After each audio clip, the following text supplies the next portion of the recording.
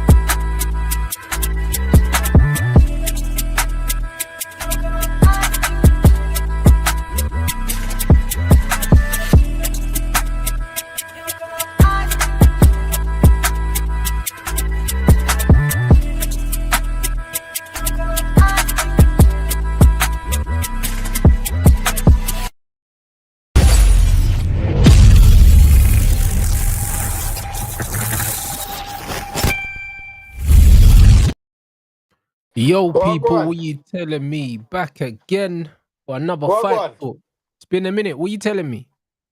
Bruv, I'm flipping tired after yesterday's fights still. Yesterday's fights was, I can't lie, I mixed emotions still because some of the fights was really good and then some of the fights were just shocking, fam. Why? Which ones did you watch, bro? Because I can't lie, I only watched the Lappin fight, the Okolie fight, which was, but you know what you're gonna get with Okolie. I kind of had it on, but I wasn't watching it. Usyk, Dubois, and then obviously Bam, innit? So I watched, this is why it's mad, because I was live for a lot of the fights as well. I watched the fight before Lappin, and then all the other fights on that card. Then it was the Bam card, so Pacheco was on that card as well. So I watched Pacheco's fight. And then that card was at the same time as Pacquiao's card. So that had the Gary Russell fight. That had Brandon Figueroa, Isaac Cruz, Tim Tszyu, and then the main event, which is Pacquiao and Barrios. So some of them were good, some of them were shit. Okay. But which ones were Which fights did you enjoy then? We start there. The Fundora and Tim Tszyu fight, I thought Fundora put in a good performance. And it was entertaining because it's Fundora and Tim Tszyu, they both just come forward fighters, so it's going to be straight action. I thought Usyk's fight with Dubois was a really good fight in terms of just entertainment and watching skill. I thought Bam Rodriguez's fight was surgical, bro. The way how he beat Caffey was surgical. I thought he fought well. And then I thought only those 3 fights were good. Nah, Fizz. Bam is Bam, bro. You know them ones. Like the one thing about Bam Rodriguez, yeah, like he's so good. Just fundamentally, Bro. he makes very few mistakes. Do you know what I'm saying? The boxing is beautiful.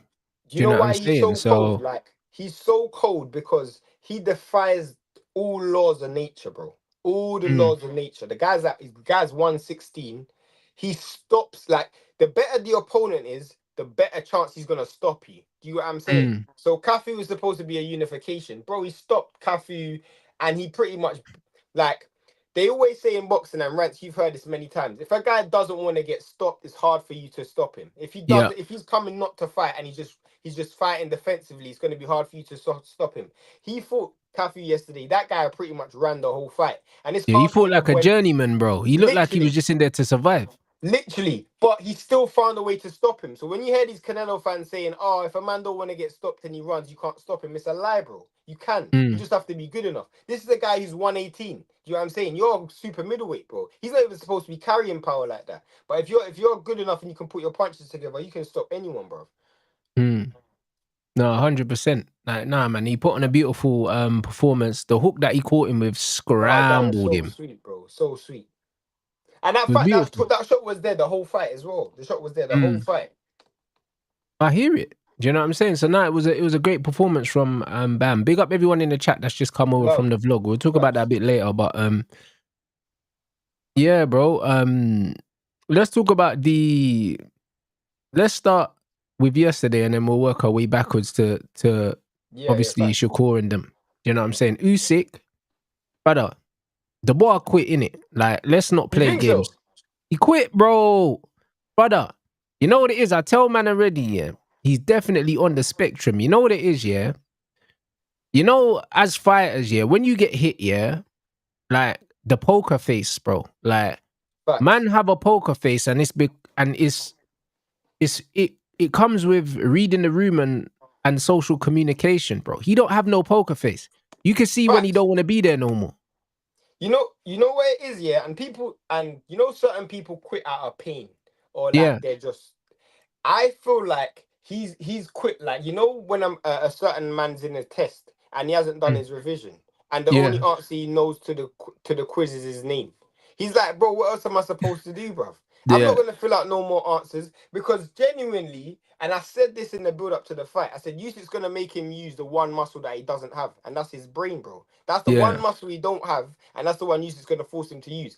And he's literally quitting. He's the first fight I've ever seen in the history of boxing that I've ever seen quit because he's psychologically doesn't know what to do. Like, if there was another way for him to leave the ring, he would have. Do you know what I'm saying? I just felt like not getting up was the easiest way. Do you know what I'm saying? Some people quit in a maths exam. I just genuinely feel like man was like, bruv, I have no answers to this test, bro. So what do you want me to fill in right now? Like, I literally have nothing to put down on this paper. Literally, all Dubois done, theoretically speaking, is come to that fight and write his name on the paper. That's all he done. Yeah. That's literally all he done, fam. He didn't do nothing else. 100%. And this is facts, bro. See, when he had his gum shield halfway out his mouth after the first knockdown, he's like, bro, I don't want this. And you know what it is? In the second round, he got caught. Man said, Lenny from Of Mice and Men. Bro, but I swear, bro, in the second round, yeah, he got caught with a backhand, yeah, and he backed up almost to touch the ropes on the other side. And I was like, yeah, he don't want to be in there no more. Do you know what I mean? Because you're the bigger man. You're meant to be imposing yourself. Even if you take a shot, even if you're scrambled a little bit, man just have to posture a little bit, walk forward, and keep the pressure on. He backed all the way up, and that told me straight away he don't want to be in there no more. Straight away, like he felt that, and he was like, nah, like I can't do this. I do get you what you're saying about the poker face thing still, because if you deep it, yeah, like, why it's so mad, bro. If you actually deep it, when he gets caught, and it was the same thing when he fought AJ. You know, when he got caught Mm, against AJ, and then he ended up mm. stopping AJ after. He ran right to the corner. Like, he didn't Yeah, even like try to disguise it. Man just ran straight to the corner, and I'm like, bro, this guy literally has zero poker face. But the thing is, yeah, the only reason why I want to give him slightly the benefit of the doubt, and I'll give him just slightly the benefit of the doubt. When he got dropped the first time, he came up and started to exchange, and I felt like his thought was, this is my last roll of the dice. Because he could have yeah, just stayed on his knee, pause. He could have just stayed and took a knee for the first knockdown. He got up and he yeah. swung it out. For me, I said in the build up to the fight, bro, and I know you're gonna disagree with this, but I said in the build up to the fight that I felt like his biggest problem was when it becomes a thinking fight, he ain't gonna have no solutions, and neither will Don Charles. Like, for me, there's nothing Don Charles can actually do for you in that situation. I think the best Dubois would have lost that fight anyway, but for me, I felt like he could have given a better account of himself still. Now, why would I disagree with that? Like the game plan I was thought wrong. you was a Don Charles fan still. Hell no, bro. Listen, nah, bro. Listen. I know them, man. But bro, like when it comes to my opinion's my opinion. Usyk is my guy, innit? He's my fighter. When it comes in the heavyweight division, I wouldn't back no one against Usyk. Nobody. Do you know what I'm saying? I wanted to see Parker get that fight. I thought Dubois robbed Parker of the fight, robbed him of the purse. Dubois didn't deserve that fight in the first place because he pulled out the Parker fight, which I had him losing anyway. Do you know what I'm saying? Yeah, Parker would have boxed his head off. So it's one of them ones where the same way he never had no answers for Usyk, he wouldn't have had no answers for Parker because the boy's heavy-footed and very one-dimensional, and Parker would have facts. just figured him out. Do you know what I mean? It's funny. People were saying, "Oh, look how he came back against AJ. Look how he came back against Hergovich and Miller." Those guys are very, very. They're sameish fighters. Like to impose their physical size. They don't Yeah, move. They're quite fighting flat-footed. straight lines. You know what I'm saying? So Parker was always going to be a different problem to solve. I just genuinely felt like a lot of people who were giving Dubois the win was because they just. I don't even know how you could give Dubois the win. I'm gonna try and invent a reason, but I genuinely don't know how you could give Dubois the win, bro. You literally Mm, quit when we last fought. So how are you gonna intimidate me now? This whole bad mm, man talk that he came with in the second fight, in the lead up to the fight, was an idiot thing. Because if I fight you, Rants, and I quit, the next time I mm. see you, I can't be talking shit, bro. That's an idiot thing. That doesn't make sense, son. And even if I do talk shit, why would you be scared? I'm like, is it this the guy that just got shook when, like, just quit when I last put pressure on him, bro? Mm. Like, I'm not gonna lie, yeah, he definitely has mental fragility still. Bro, you know what it is? It's like, that's why I tell him, man, he's definitely autistic because it's one of them ones he can't read the room. Do you know what I'm saying? Like, he can't read the room, bro. Like, he's in certain situations and he doesn't understand that, like, shouldn't be doing this, bro. Do you know what I mean? Right. The same way he's got no poker face, the same way, like, when Usyk was talking about his son and that, and he took the microphone from, man, it's like, bro, Yeah. like, this is not the right time to be doing this. Facts. Like, he Facts. just don't understand. And when he's in the ring, yeah, it was very much the same. It's like, everything he does, even in the build-up, is because he's told to do it. Like, I'm sure he was Facts. told to push Usyk. Do you know what I mean? When you don't tell Dubois what to do, he quits, bruv. That's what Yeah, I happened hear because he was getting punched up. He didn't know Man no never way said he out. needs And to bro, fight he with the got up, earpiece, blood. brother. He got up, yeah, and walked, yeah, past Usyk. Didn't even look at him and walked to his corner. His legs were underneath him, bro. His legs weren't Facts. gone. Facts. That's a fact. That is literally a fact. I'm not even gonna lie. I don't even. It's not even to say I don't want to see Dubois fight again because he can actually be in some competitive Yeah, but fights. he ain't top level. I always said it, bro. Even the AJ fight, AJ fought wrong. That's why he lost, bro. Nothing to do with Dubois' level. Dubois is not a good fighter. Uh, yeah, obviously it definitely was down to AJ. The boy is just a sameish fighter. You know what I'm saying? A lot of people were saying, "Oh, he's a different man." I don't know how. I don't know why people were saying he was a different man. He was just presented with problems that were easy to solve. That you Mm, could just use brute force and physique and muscle to solve it. You know what I'm saying? He wasn't using like technique, ability, boxing skill. He never had to solve any problems. So mm, that he was always gonna fall short when fighting Usyk when you have to think through the fight.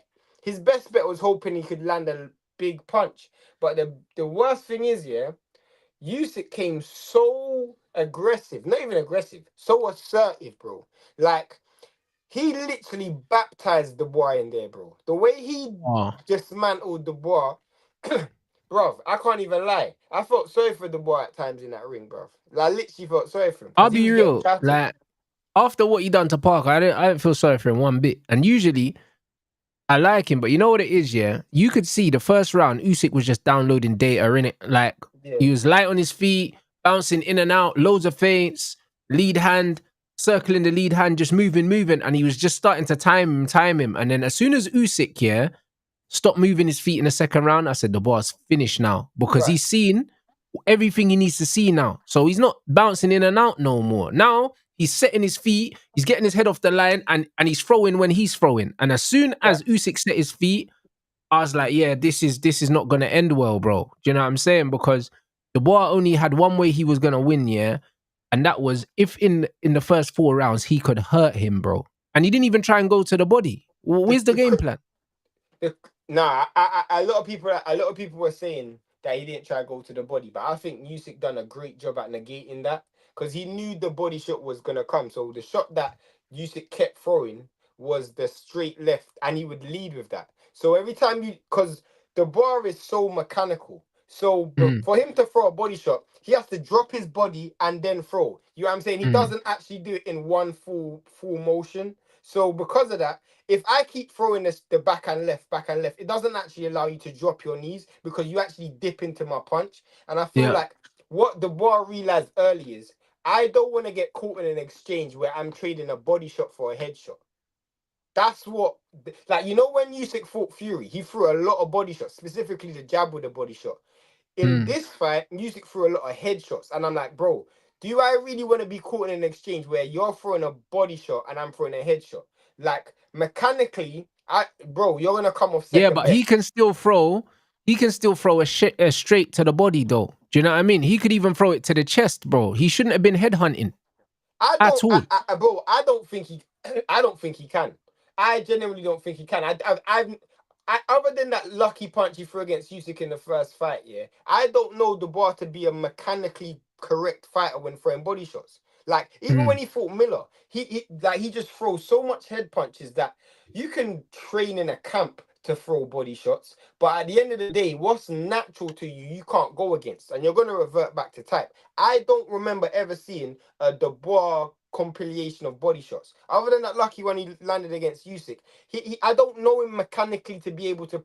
Like Caballero is a prolific body puncher. He Yeah. knows how to mechanically put himself in positions to throw body punches. The Dubois doesn't. He threw it against Usyk, but you could almost see him trying to think the punch to the shot instead of actually just letting it flow. He's got no flow to his game.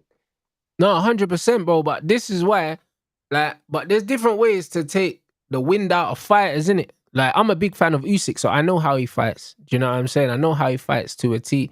He loves, he loves the high guard. He does the feints, and he loves to slip off the line, and he always goes round the The right round the weak pivot, side. the Always. right side pivot. Yeah, He pivots. He always pivots round the lead hand on the weak side. Always, innit? And if you know him, you can catch him when he's doing it because him and Lomachenko do the same thing. They fight in circles like how you're supposed to fight.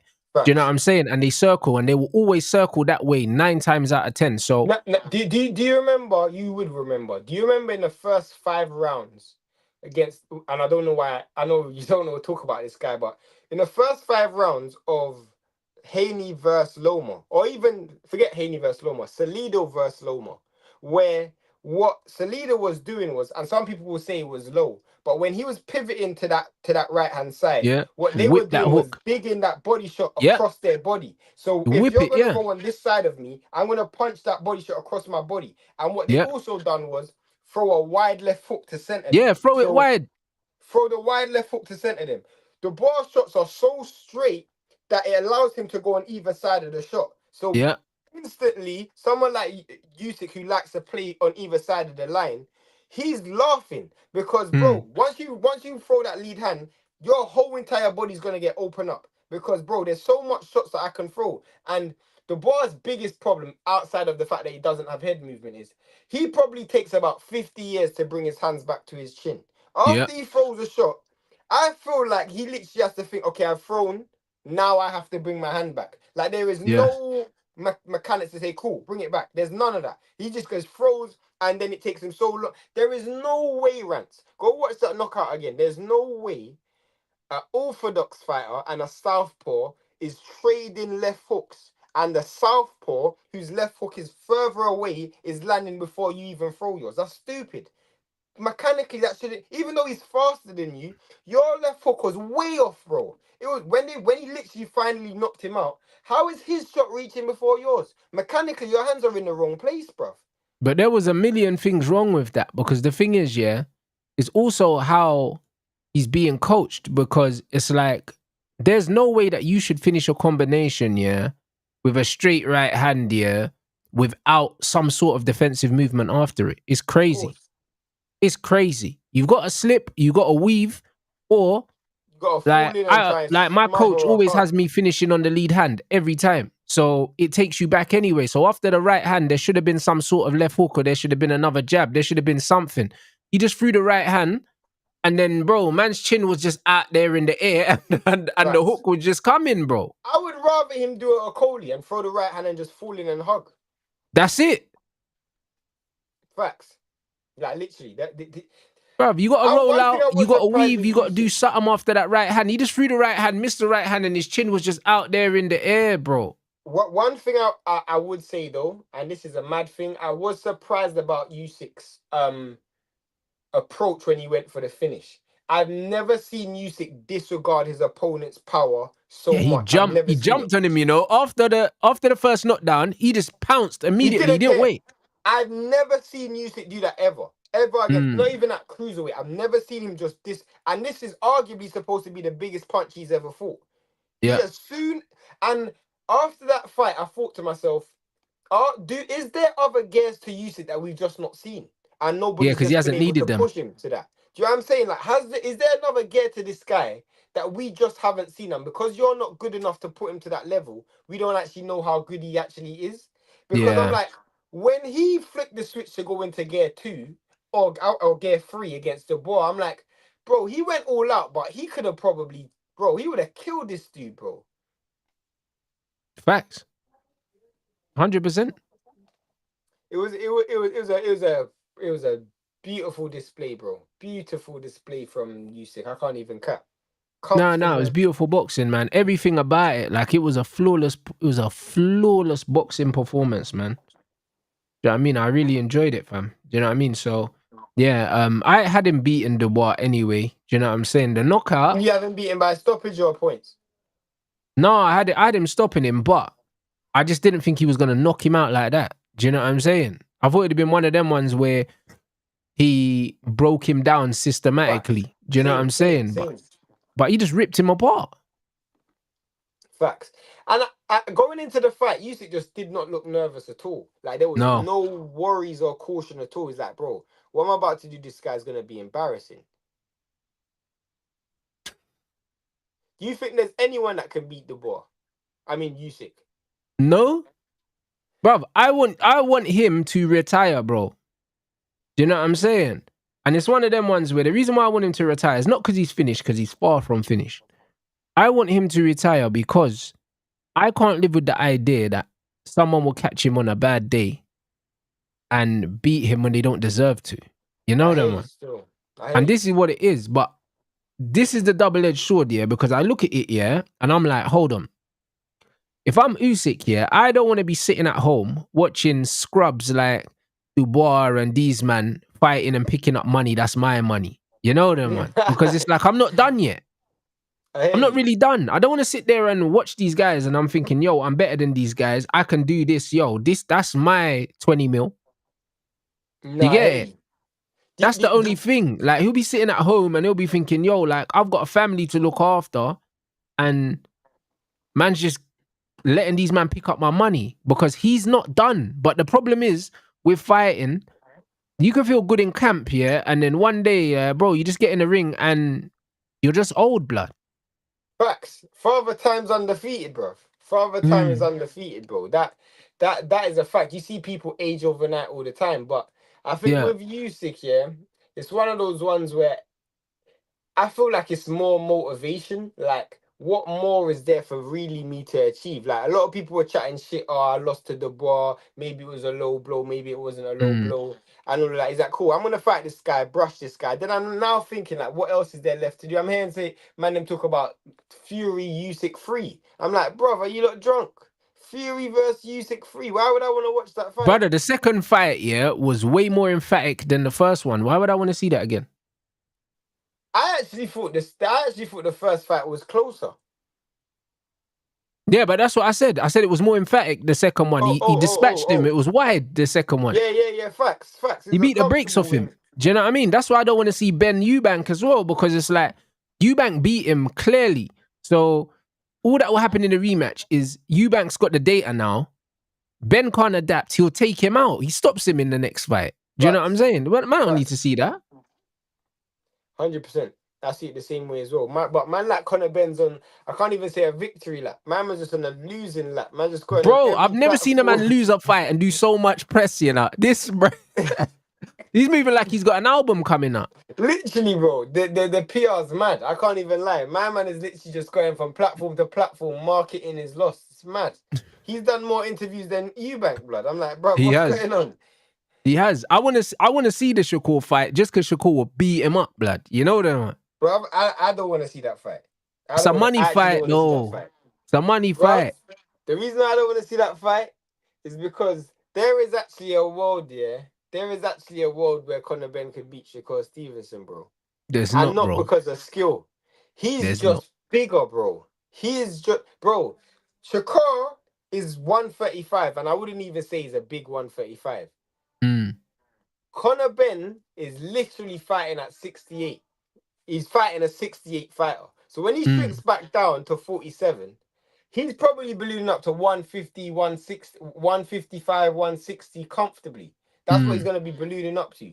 If he's 160 against a 140 Shakur Stevenson, he's giving up 20 pounds. But not only that, the punch resilience the punch power that Shakur Stevenson doesn't have isn't going to stop Conor Benn from coming forward. And I can see Conor Benn just messy in the fight, bro. And someone that big and someone that just ungainly, bro, there's a world where he can win. And not because he's better, not because he's more skilled. I just don't see him winning for the simple fact that, you know what it is, yeah? When I watched the Benn Eubank fight, yeah, Conor Benn falls over his front foot a lot. His balance is poor. All of these things. Eubank wasn't really capitalizing on that because he was drained. You could see it, like, in the fight. Like, he wasn't his usual self, innit? Like, Shakur's feet are way too quick here for this Conor Benn head down, jump in and try and throw loads of shots, bro. You probably send him through the ropes, bro. I'll be honest. Like, I don't see him landing anything. So it's one of them ones where I think it's an easy night for him, and I think it's an easy payday for him as well, bro. Like, I know you wasn't rating Zepeda, yeah, but bro, like, Zepeda was still undefeated. You know them ones. And what he did to Zepeda was a madness, bro. Like, he beat the brakes off him. It was a very wide points decision against Zepeda, where he kind of fought a fight where he just held his feet and just relied on his pocket defense. Pretty much just standing in the pocket and relied on his pocket defense, and he beat Zepeda comfortably. I just feel like Conor Benn's will be a different problem. It will be a different. I don't even rate Conor Benn. That's the worst thing. And I rate Shakur way higher than I rate Conor Benn. It's just I see guys who aren't skilled win fights in ways that they shouldn't win, and I'm like, bruv, someone like Conor Benn who is like, he does have a few advantages over Shakur Stevenson that he will definitely exploit. One of them just being that he's just physically bigger, and the fact that if I throw and you throw, you're going to come off second best purely and simply because my punch resilience is better than yours. I'm not saying Shakur doesn't have a chin, but Shakur's not fought anyone. Like, people say Shakur doesn't have power. He actually has much power than people think because he does able to keep distance and people don't just walk him down. That doesn't happen. And it's also his punch placement as well, bro. Them body shots that he drops, bro, it gets respect. Trust me. Facts. I don't think he's going to get the respect to Conor Benn. I just genuinely don't. I just genuinely don't. He will move and he will box off the outside. I actually pick Shakur to win, but I can see a world in where he loses. And I think the punch placement does Conor Benn, bruv. I'll be honest, because the thing is, it's like when you're fighting someone like Conor Benn, yeah, cool. He's shown, yeah, against Eubank that he can take punches to the face, but a lot of people can. Do you know what I'm saying? A lot of people can, bro. Do you know what I mean? It's the body. And that's one thing that Shakur does very well. Them stabbing jabs to the body, them stabbing backhands to the body. That's what takes the gas out of these fighters. It's not necessarily the headshots. Do you know what I mean? Because there's a lot of fighters that are tough. Do you know what I'm saying? And that's how he stops people. Because if you look at him, yeah, people say he ain't got power, yeah, but at the same time, yeah, like, how many times have you seen someone relentlessly walking my man down, yeah, for 12 rounds? Even Zepeda, like, later on in the fight, it's like he was coming forward, but like his punch output was nowhere near as it was in the earlier rounds, because he was thinking a bit more, because he was getting caught with shit. And when he was throwing twos, he was getting 4s and 5s. Do you know what I'm saying? So I think it's his punch placement more than his actual power that causes problems. No, definitely. I mean, I'm not gonna lie. If I'm Conor Benn, I'm more looking to fight flipping Barrios than Shakur Stevenson. Still, yeah, it's an easier fight. I mean, Shakur Stevenson is so much easier. Like Shakur Stevenson, so much better than Barrios. Like Barrios is so crap. Like that guy's a bum. That guy is an actual bum, bro. Like I watched him fight yesterday, and I would probably say I would put my hard-earned money for Clarissa Shields to beat Barrios. Barrios is actually a bum, bro. Like, but honestly, if Barrios can win a world title, anybody who's going through depression, bro, don't give up. Life could be worse, bro. You could be Barrios, bro. This guy is a fraud, bro. This guy, bro, it was one of the worst performances I've seen in recent times. One of the worst. Like that, it was literally embarrassing. Yeah. Did you watch the fight, bro? No, the highlights thing. I couldn't watch that, bro. Bro, I watched that fight live, and I thought to myself, these men are actually gonna make Pacquiao come out of retirement 3 years and still win a world title. I literally thought to myself, was thinking, yeah, there's no way that Pacquiao should have even been given a license, yeah. Right. Let alone him being in the ring, innit? I wanted nothing to do with that fight, just on principle. I hear you. And you know the wickedest thing? I was in the same place until I watched that fight and thought, this guy's actually better than Barrios. He was actually better than, bro. Barrios is so bad. He is, like, I can't emphasize how crap the performance was. Because at one stage I thought, you know what? Maybe he's just here to get the paper. Do you know what I'm saying? Like, maybe what it was he got a brown envelope. Pacquiao said, yo, step aside, let me win a world title. That's what I thought it was, halfway through the fight. Then in the 9th, 10th, and 11th, Barrios actually started trying. So I thought, rotted. This ain't even him not trying. He actually tried to win. And he literally not good enough to, bro, he was horrible. Like, if I'm Conor Benn, I'll literally go and fight Barrios for free. I would say you can have the back end pay-per-view, you can have the gate, you can have the site fee, the upfront money. It will be the easiest world title ever. I was literally thinking to myself, bro, if I was a professional at 126, I think I could beat Barrios and win a world title right now. Yeah. Bro, no, I hear it, bro. Bum. Nah, bro, that was bloody crazy, bro. What else was there? We saw What else? we spoke about Benn, we spoke about the Usyk. Bro, there's been so much boxing, bro. So much fights.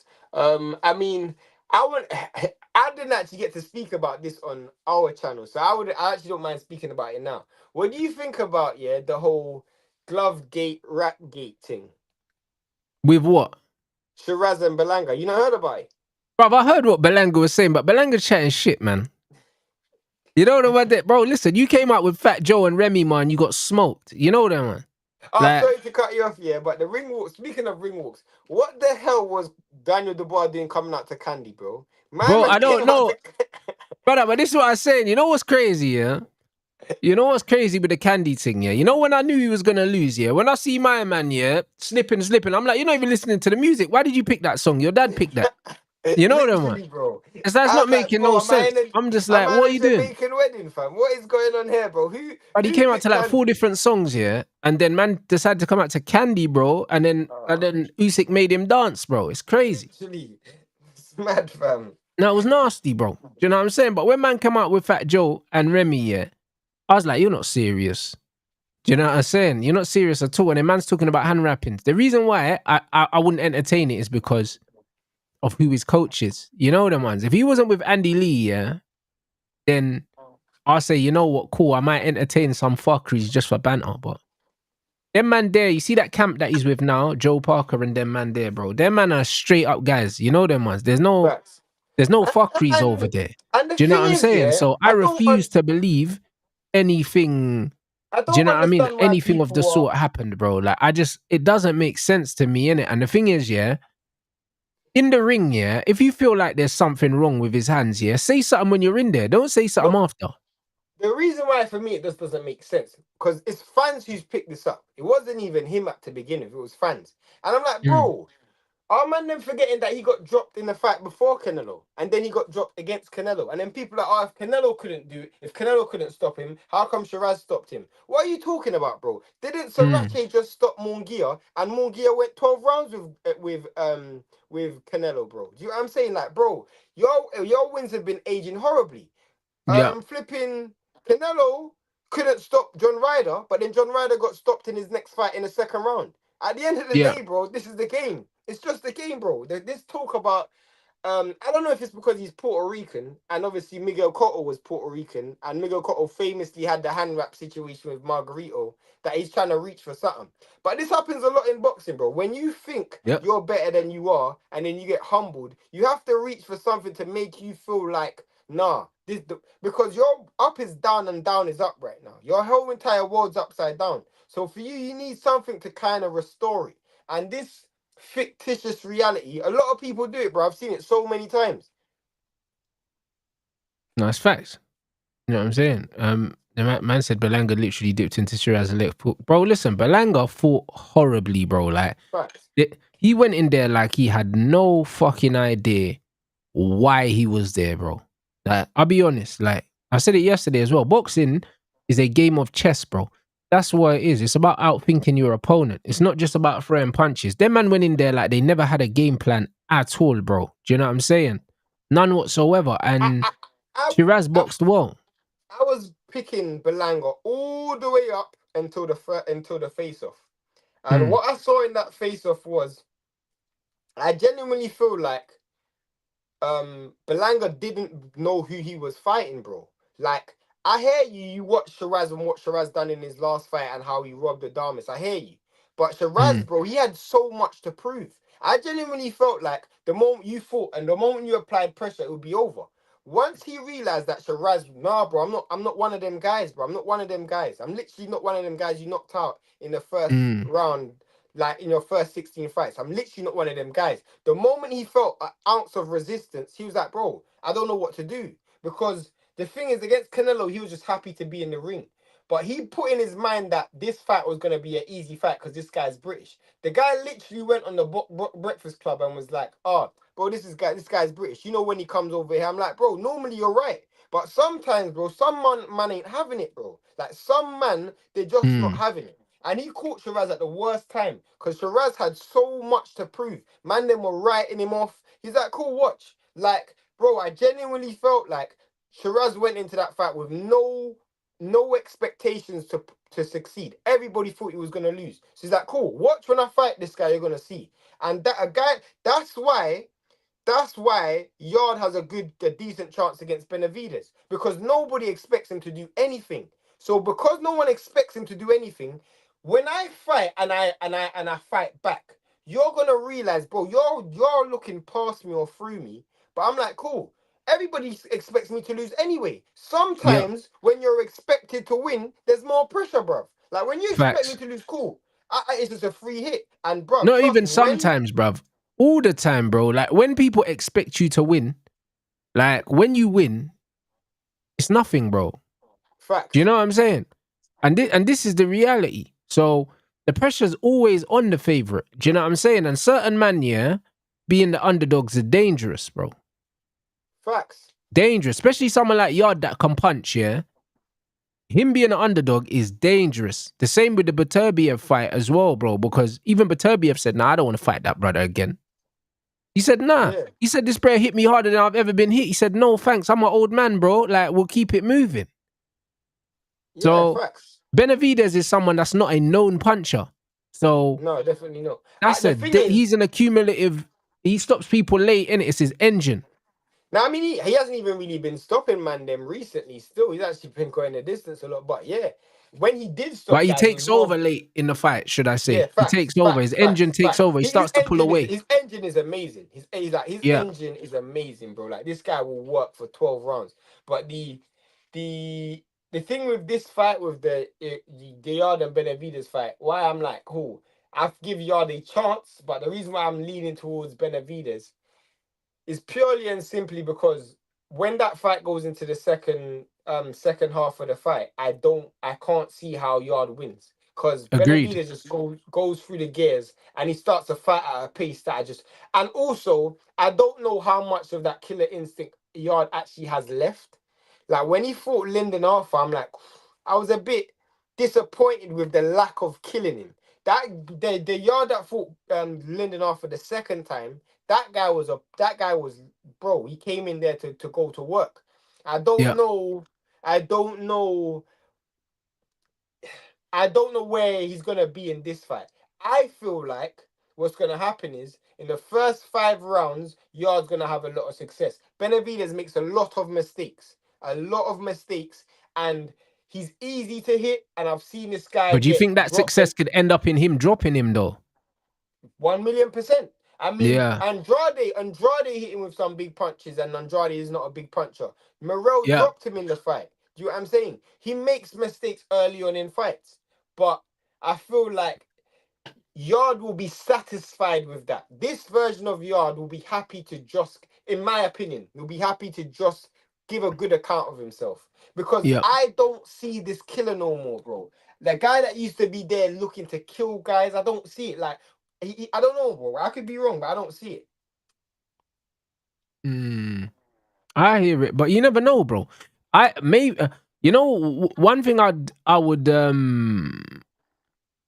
I would say though is maybe there's just a lack of excitement from Yarde, bro. Because do you know what I mean? If you think about it, the 2 fights, Arthur and the other brother before, bruv, those are fights you fight just to put some money in the bank, bro. Bruv, you can't really get up for those fights. You know what I mean? The way he battered Lyndon Arthur in the second fight, do you know what I mean? Like, he was probably going through the motions in the third fight. He thought, you know what, it's a big event. For Yarde, though, is the fact that the fight's in Saudi. If that fight was in flipping, like, California or Vegas, he would have had a harder fight still. Because Benavidez, he's got a similar Derek Chisora style in the sense that, like, he does get energy from the crowd. Do you know what I'm saying? Yeah.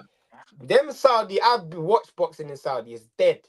You ain't getting no energy from no crowd out there, bro. There's just not happening. It's literally just not happening. And I think a slow-paced, methodical fight suits him. Specifically, if it's after Brian Norman Jr. and Devin Haney. If that fight's a boring fight, for example, that suits Anthony Yarde because the crowd's going to be flat. So this over-aggressive Benavidez, who's always fueled and funded by, like pushed by the crowd, a slow-paced fight suits the guy who has power but doesn't have stamina. Do you know what I'm saying? Yes, I hear that. And I can see that benefit in Yarde. It's not in California or Vegas or Texas or wherever. It's in flipping Saudi. So that should be. And I don't know. Like, has Benavidez? I don't think Benavidez has ever traveled, whereas Yarde has. So you know what I'm saying? Yeah, it'll be interesting. Man said I'm a huge Bivol fan, but Benavidez poses a huge threat because Bivol can't knock out bigger guys. I don't agree. I don't agree. I don't agree because Benavidez don't have Beterbiev power. Do you know what I'm saying? And also, I don't think, and I'll be real, I don't think Benavidez has Bivol power. I just think he doesn't. Like, and the thing is, Bivol's feet are quicker than Benavidez. He's got quicker feet, quicker hands. Do you know what I'm saying? And he hits harder as well. So it's one of them ones where Benavidez is just so defensively flawed. I don't think, like, bro, in terms of, if we're keeping it real, and no offense, the Benavidez is arguably one of the worst defenses in the light heavyweight division. Yeah, he He's catches got punches arguably with one his of the face. worst. He's just a tough youth. Literally, just a tough youth, bro. Literally a tough youth, bro. Like, bro, I think the toughest fight for Bivol was Beterbiev, bro. I think he deals with Benavidez comfortably. The only thing Yeah. I didn't know was whether he could deal with Beterbiev's power and pressure. Once I saw him deal with that, bro, there's nothing Benavidez can do. You know what that fight will look like? That fight will look like Bivol versus Zerdo Ramirez. Yeah. Zerdo Ramirez, he had the same thing, the exact same style, come forward, pressure, aggression, output, and Bivol pretty much 12-0'd him, bro. It's going to be the same thing. 100%. Man said, do I think this is Yarde's last chance to win a world title? Probably. Potentially. Do you know what I'm saying? But boxing's weird, innit?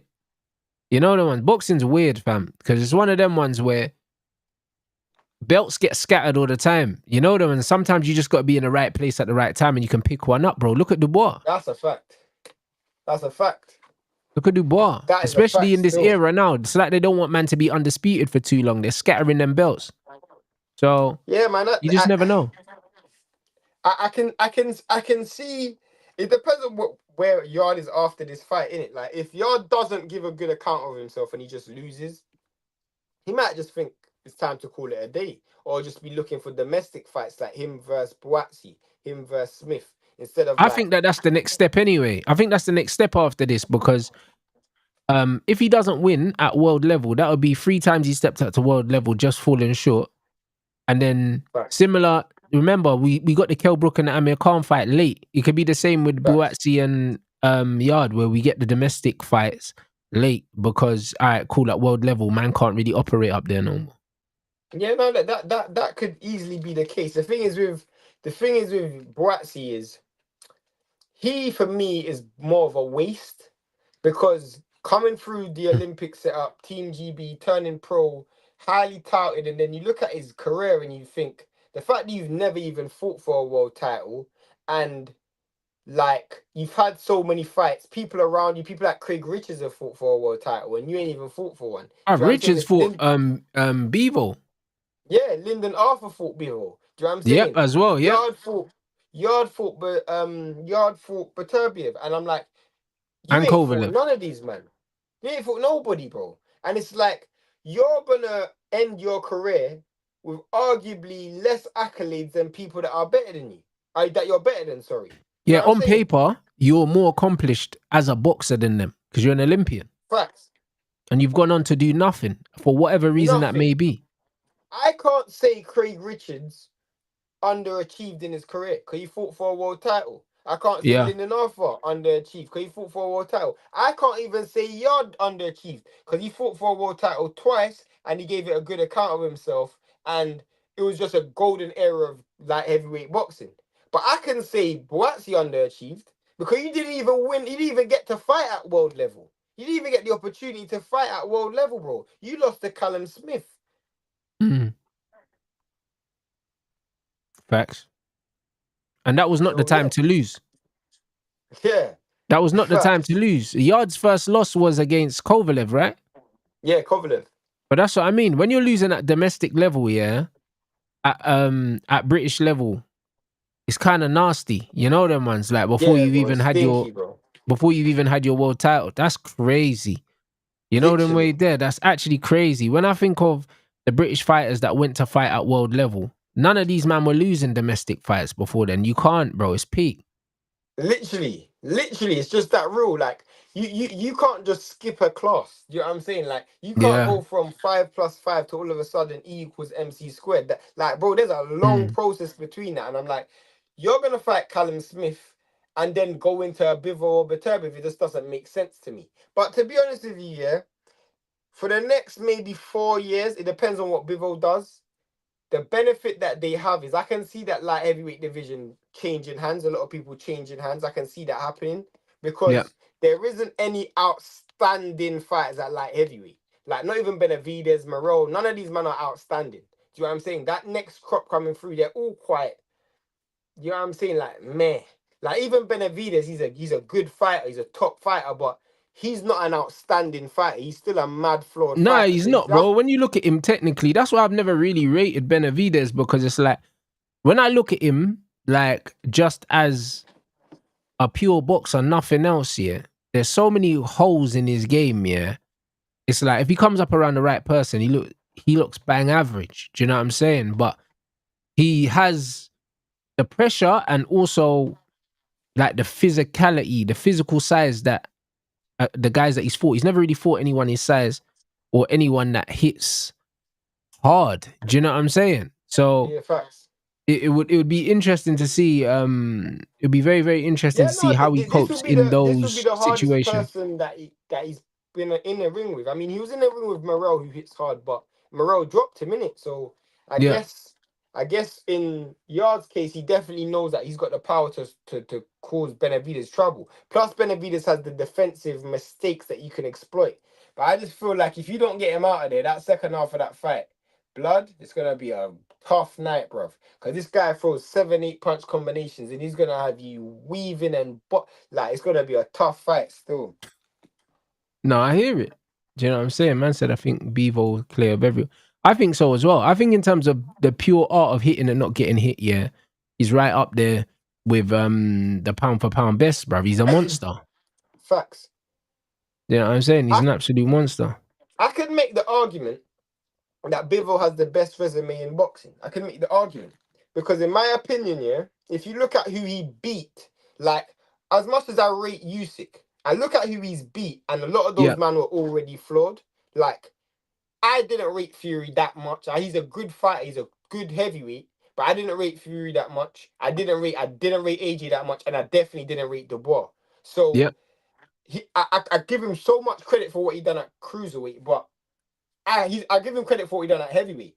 But I'm like, when I look at Bivol, he fought Beterbiev, bro. For me, that is where I'm like, bro, in terms of who's got the most impressive win in boxing right now, for me, it's Bivol, bro. Bivol has the most impressive win the in most boxing. that's the most impressive win, because it's Beterbiev, bro. Facts. That's it. That's the reality. It's 100%. It's that. I completely agree with you with that, man. And you know what it is? It's a weird one with Usyk, yeah. You know what it is? It's not just the names with Usyk, though. I think it's the weight and the size that he's given up is the reason why man rate it the way man rate it. Do you get it? Because we man are getting there with Fury and man's giving up like 40 plus pounds or something stupid like that. Bro, I think in one of the fights it was more. One time he was weighing 270 in it, and it was like almost 60 pounds, bro. You see that?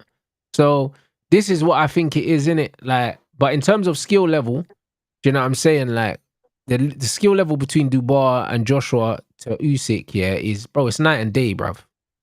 Facts. It's night and day. Facts. Usyk's a way better boxer than them. So if you take away the stature of the fighters and you just look at the experience and the skill level, I know what you mean. The skill gap between Usyk and even Fury and all these, man, the skill gap's wide, man. Do you know what I'm saying? Bro.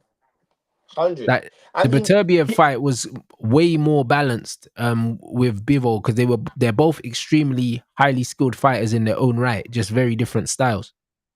Facts. 100%. That's why I give him so much credit for that. Like, I know people will look at the Canelo fight, but with the Canelo fight, why I think the Canelo fight was slightly different was because I don't know about you, man, yeah, but I knew Canelo was gonna lose to Bivol. At that time, Canelo was like a 5-1 favorite. But I was he didn't win a round, though. Huh? He didn't really win a round. You know what it was? The only reason why I didn't bet on that fight, bro, was because I thought they were gonna rob Bivol. They're gonna rob him. That was literally, I thought they were gonna rob him. Like, I literally thought, cool, Bivol's gonna win, but it's gonna be a robbery. Once I watched the fight, I'm like, bro, they're gonna have to pull on one of the worst robberies in boxing for him to what's it called, for Canelo to win, because that was a mad thing. Another fight I wanted to talk to you about, though. What did you think of Lawrence Okolie? Bro, he stinks, bro. You know what you're gonna get with Okolie, innit? Like, bro, he's not a heavyweight. Do you think, though, and I'm being dead honest, do you think he can cause fighters problems? Because I'll be real, yeah, as much as he's so horrible to watch, he's actually I think he causes problems because he's awkward. Yeah, he's actually quite effective. Because I'm like, Yeah, stylistically, how much people will be able to jab with this guy and grab with this guy? How much yeah, no people could one. actually, you know what I'm saying? Like, this guy literally just tries to use his size and his reach and his range, which he Yep. actually does have a lot of distance, and he doesn't mind looking bad. You know what I'm saying? He doesn't mind if he looks He crap. doesn't have a He's choice. accepted his, yeah, literally, he's Yeah, accepted his flaws. yeah. Like he's not in there to look good. He's in there to win. I rate it, but it's horrible though. It's No, facts. actually horrible. He's just in there I, to win. I hear it. I genuinely don't want to watch him fight, but I can honestly be honest. I can be real. Like I can name 5 fighters who I'm like, bro, Lawrence Okolie probably beat. You know, like people who are like highly touted. I can see Lawrence Okolie beating Fabio Wardley. I can see Yeah. Lawrence. I can see Lawrence Okolie beating who else is in the come up in boxing in heavyweight right now. I can see Lawrence Okolie beating a Jagbar. I can see Lawrence Okolie beating um. Who else is there? I can see Lawrence Okolie beating someone like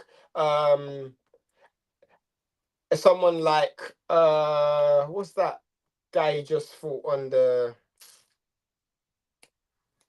card the other day on what's that? It's Bacoli. gonna come back to me. Eh? Not Bacoli.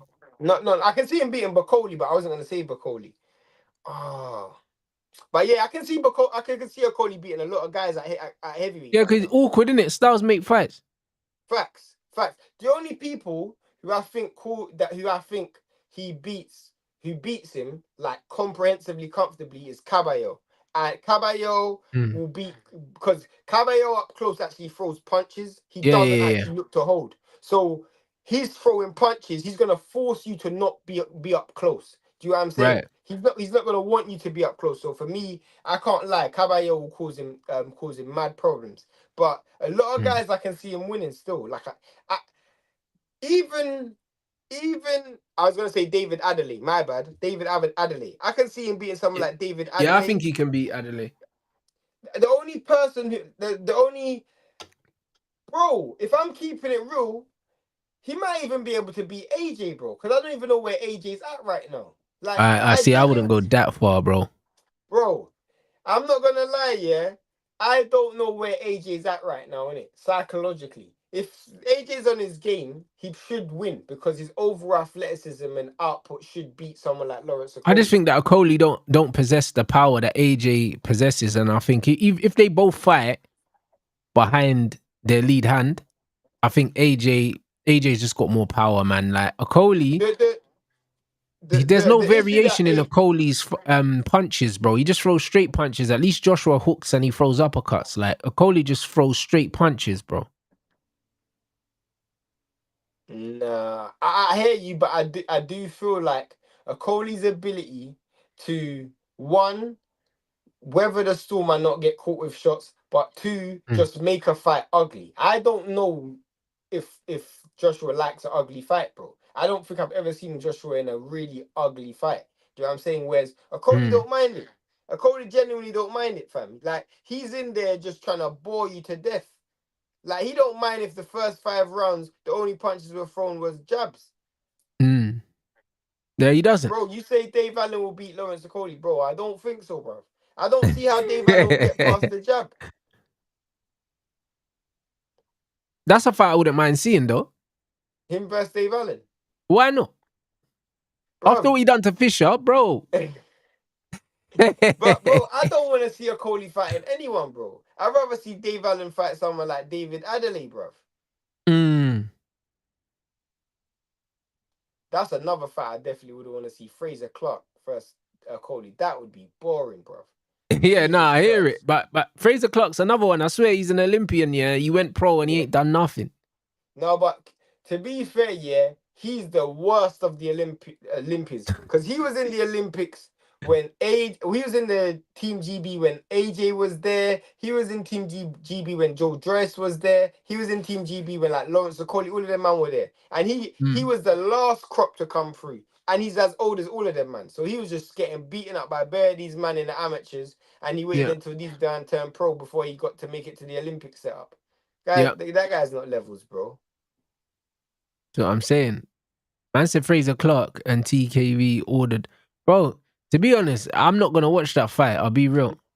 There's nothing interesting Bro, about that fight the for me. only way I watch that fight is if it's on a good card. Like if it's on a good undercard, I'll put it on as background music or something. But I ain't going out. If it's a main event, then that's not getting watched. I can't even cap. That's what I'm saying, bro. Man said Okolie went from 199 to Was he 260, bro. 260, blood? There's Bruv, he no doesn't way carry he was that weight 260. well either, because he got small legs. Nah, fam. He was 260. Brother, That is his face looked embarrassing. like he got diabetes. His face was swollen, bro. Bro, I I said, see bro, man he in was the 1 ring. meal away from looking like Okolie, blood. I'm not even Bro. gonna lie. That Bruv, he guy looked like he had an heavy, allergic bro. reaction, like he got a bee sting or something. Man's face was swollen, bro. I see man in And the ring, and I'm thinking, the man's belly was just hanging over his shorts. I'm like, oh, yeah, it's mad. this is mad. Got You know some what I mean? big That's old the wrong belly, blood. kind of weight, bro, because that's not power. Facts. That's not power, because the thing is, he loses speed with that extra weight, bro. You can't tell me he's comfortable at that weight. Fam, that guy looked like an Uber driver yesterday, bro. I can't even lie. It's just not the one, blood. Yeah, 260 is nasty. Do you know what I'm Yeah, I saying? can't believe that still. Man was fought. I've never seen a cruiserweight go from cruiserweight to 260. Bro, for me, because part of that tells me that's not even deliberate. That's just you just not looking after yourself, bro. Yeah. You can't be 100%. bothered to make a weight anymore. So you know what? I'm just going to eat what I want. Yeah, facts. This is it. Nah, it's a joke thing. All right, big up Aman as well. Yeah, bro. Listen, Harvey's the real deal, man. You lot make sure you check him out on Instagram anyway. Because I know a lot of you guys came from my vlog in it before this. Yeah, bro. Man's fought 3 left-handers, bruv, in his first 5 fights. He's fighting for the WBC silver in September, bruv. So I'm gonna be there. My stable mate, bruv. He's What cold, card is he though. fighting He's on? a cold fighter. What's that? What card is he fighting on? I can't remember. Like, his manager, the promotion is top tier. It's on the zone, actually. Okay. So yeah, it's on the zone, 7th of September. So I'm gonna be there at the fight. But yeah, he's fought 3 southpaws in the first 5 fights, which is weird. But our coach is southpaw, so and Harvey's a switch hitter, so it's kind of like, it is what it is, bro. When your coach is a lefty, on, like, bro. What's it called, innit? Like, sometimes it's just down to the right matchmaking, innit? Like, Yeah. literally. That's it. When your coach is a lefty, it makes things a bit easier fighting southpaws anyway. So, like, my fight's against a southpaw as well. So it is what it is. The fact that my coach is left-handed, yeah. The fact that my coach is left-handed, it just means it's just another day. You know what I mean? It's just another fight. What psychologically? Where's your mind at in regards to like coming up to this fight? Where's your head at? In what sense? Obviously you're in camp, innit? So you're training. So there's a lot that goes into like psychologically and physically preparing for your opponent. Are you at a stage where you're just like trying to learn more about what he's doing, or are you just like, cool, I'm focusing on my game plan and I don't really care what he's doing? I don't really care what he's doing. You know what I mean? I just think if you take care of yourself and you do the right things, you ain't got to worry about the other guy. You know what I mean? Like, I ain't got to worry about him. I know that if I do, if fundamentally I do what I'm supposed to do, like, he's in trouble, innit? You know what I mean? It's only me that can mess myself up, bro. I don't think it's more, you know what it is? I don't think it's more harder, you know? I don't think it's necessarily harder fighting southpaws than orthodox. I don't think it's harder. It's just different. But I don't. It depends on the styles, innit? Certain people will, if you're front foot heavy, like if you're an orthodox front foot heavy fighter, you're gonna find it mad hard because but I'm not. Yeah, that person's just gonna take that right side pivot every single time, and then you're literally gonna have to turn your whole body to then readjust every time. It's gonna keep having you resetting. But yeah, it depends on who you are as a fighter. Some people preferred fighting southpaws. Yeah, like I'm comfortable. I'm comfortable. You know what it is, yeah? If you got good lead hand control, then it's calm. You know what I mean? It's very, very calm, bro. Because it's the battle of the lead hand. And yeah, facts. It's no problem. Because man's done jiu-jitsu and we do hand wrestling, and even with Muay Thai as well, we do hand wrestling. So like it's going to be battle of the lead hands, I always fancy myself to win that. So once you win the lead hand battle, do you know what I mean? The floor is yours to do whatever you need to do, innit? So it's one of them ones where I'll win the lead hand battle and then you just put everything together after that. Here's a question for you in lead up to this fight. Is it for you? Is it about winning and looking good, or just winning? Nah, winning and looking good. I don't want to just win. I hear you still.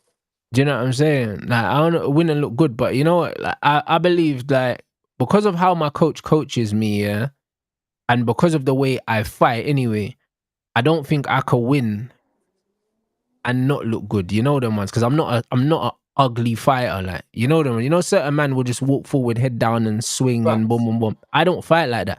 So it's either I'm gonna box or I'm gonna box, bro. Like, it's never gonna be a thing where man's in the trenches and man's doing like what Eubank had to do, bite down on the gum shield and throw 90 punches around. I'm never gonna do that. Like, that's not my style. Do you know what I'm saying? Like, I think in there, so there's never gonna be a point where I'm throwing 90 punches, yeah, like just relentlessly, just emptying the gas tank. I don't fight like that. So it's gonna be clean, and if it's not clean, and man want to grapple and that, I can grapple. But what I'm not gonna do is I'll never get drawn into a war, blood, because I just don't fight like that. Do you know what I'm saying? You seem mad cool and calm in lead up to the fight. Like, I don't know who this guy is. I genuinely don't even know who he is. But do you think they're gonna? Where do you think their mindset is? Do you think they're looking at it like, all right, cool? Because there's some people I know who's fighting who just fight just to get paid. They don't even care about result. Then there's some people who's like, all right, cool, now I'm gonna go in there and then I'm just gonna impose myself. Where do you think his mindset is? No, from what he's posted, you know what it is? He's a lot more experienced than me, innit? So he's looked at it like, yo, they've given me a novice fighter and he's only ever had one fight. So he's looking at it like, yo, I can go in there and pose myself on him. Do you know what I'm saying? Like, he sees it as he's more experienced than me. What's that? Does that worry you? No. Doesn't worry. He's a journeyman, so he's had loads of fights. So, but that doesn't worry me. Do you know what I'm saying? That doesn't worry me in the slightest, because I know, yeah, once I hit him, all of that shit changes. You know them ones. Like, this is the reality. Like, so it doesn't matter how confident he is. Once I land a shot, then all of a sudden we're seeing what time it is, because I know that I can punch, innit? So it's one of them things where I don't really care. I don't really care if he's confident. I don't really care what he thinks. It doesn't matter. Like, that's the reality, bro. Because when we get in there, we're just two men having a fight, bro. That's it. Nah, I hear you still. Do you know what I'm saying? And that's it. What's the like? Is there going to be like proper build up for it? Like, is there going to be like you guys have like a press conference and yeah. There'll be a press conference. There'll be a weigh-in the day before. There'll be all of that. Do you know what I'm saying? But it is, bruv, it's just under 5 weeks away. Do you know what I mean? So there's still a little while before the fight. Do you know what I mean? I don't believe experience is that important if your experience is losing. You know them, man. Hey, no, do you get what I'm saying? That's a fact. That's what it is, bro. He's a journeyman, but he's got a losing record. So it's one of them things where, even though he's got more experience fighting in, like, he's fought on Misfits before, he's got more experience of fighting in front of bigger crowds than me. But at the same time, bro, like, I don't fight in front of big crowds, and I fought in front of a big crowd for my fight. But it's not just about fighting in front of it. I'm comfortable doing whatever I need to do in front of big audiences, bro. That's who I am. This is how I live, bro. So I'm not gonna go there and shit the bed on the night, bro. I know once I'm locked in, yeah, I know when I walk to the ring, I'm not gonna hear anything. I'm not gonna see anything. I'm just gonna see him, bro. Do you know what I'm saying? And I won't be able to take anything in until after I knock him out. Before then, I'm not going to hear the crowd. I'm not going to see them. I'm going to be so focused. I'm going to be so tunnel vision that everything that's going on around me, I'm not going to know what's happening. I'm just going to be able to hear my coach and see his face, and that's it. What was your, like, because you didn't fight for a few years, and obviously you're doing you're just doing bare stuff, like in terms of Yeah, your, you know what I'm saying? But what was your motivation to say, cool, I'm gonna take this fight? Like, I don't yeah, get the impression that you're a person who's just fighting to make money. Do you know what I'm yeah. saying? I don't need. Yeah, not for that. What was your personal motivation to say, cool, I'm gonna take this fight, and this is what I'm using to drive me forward? Do you have a genuine frustration with this brother, or what's Mm-mm. your? Is it just trying to prove something to yourself? What's your motivation? No, the thing is, I'm not doing it to prove anything to myself because, like, there's certain things in life I know I could do, I just wouldn't do. You know that one. But Hey, you know what it is? It's like I started training. I started training last year, like the end of last year, probably like October, and then it was a thing where when I started to get into it, man, just got the bug again in it, and it's like yeah, hey, even though I don't play football, even though I don't play football no more, yeah. I still think like an athlete. I still live like one. Do you know what I mean? I still train. I still eat well. I still live that lifestyle, and I've still got that. I've still got that kind of competitive streak in me. Do you know what I'm saying? And it's like, yo, like I almost need something to train for. Do you know what I'm saying? Because I don't like just going through the motions with training, and also even with the guys like in my community, I speak to them a lot. Do you know what I'm saying about certain things, and like being able to defend yourself is an important thing as a man, you know, like Facts, because brother, facts. if you're a man and you can't defend yourself, are you really a man? Like you're vulnerable, blood. You know what I'm saying? Like, and it's one of them ones where if you can't defend yourself, then you better be able to afford security, my brother. You know them ones because it's like as a man, you like being vulnerable as a man must be the worst feeling in the world. You know when you're just in a situation and you know you can't do nothing about it, like. You just gotta call the next man to help you. So they're Bro, things. it's crazy, innit? And it's one of them ones where I just think mentally, yeah, knowing that you can look after yourself and actually getting into fights, whether it's something like inter club sparring, if you're at a club, I feel like combat is very good mentally. Do you know what I'm saying? It's very good mentally just as a man to do. And I said, you know what? Man's gonna get back in fighting shape. Do you know what I mean? Man's gonna have a fight. Because why not? I enjoy fighting anyway, but also to show these man, bro, listen, get involved, like you could do it, like, What do you know what I mean? Because do one you thing have like talking the talk, do you know what I mean? But you gotta walk, do you the have walk from deeper time to time. ambitions? Like, do you have like, What's that? alright, cool. What do you have deeper ambitions where you can say, alright, cool, once I beat this dude next, after that, do you have, or is it just like Bro, fight by listen, fight? to be honest, I already spoke. You know what it is? I just wanted to get back to train just for fitness. And then, you know what it is? Like us, obviously, I spoke to Mams already about Misfits, and he already told me, yo, later on in like at some point this year, like the phone call's coming. I want you to jump on the show in it. So I'm like, cool.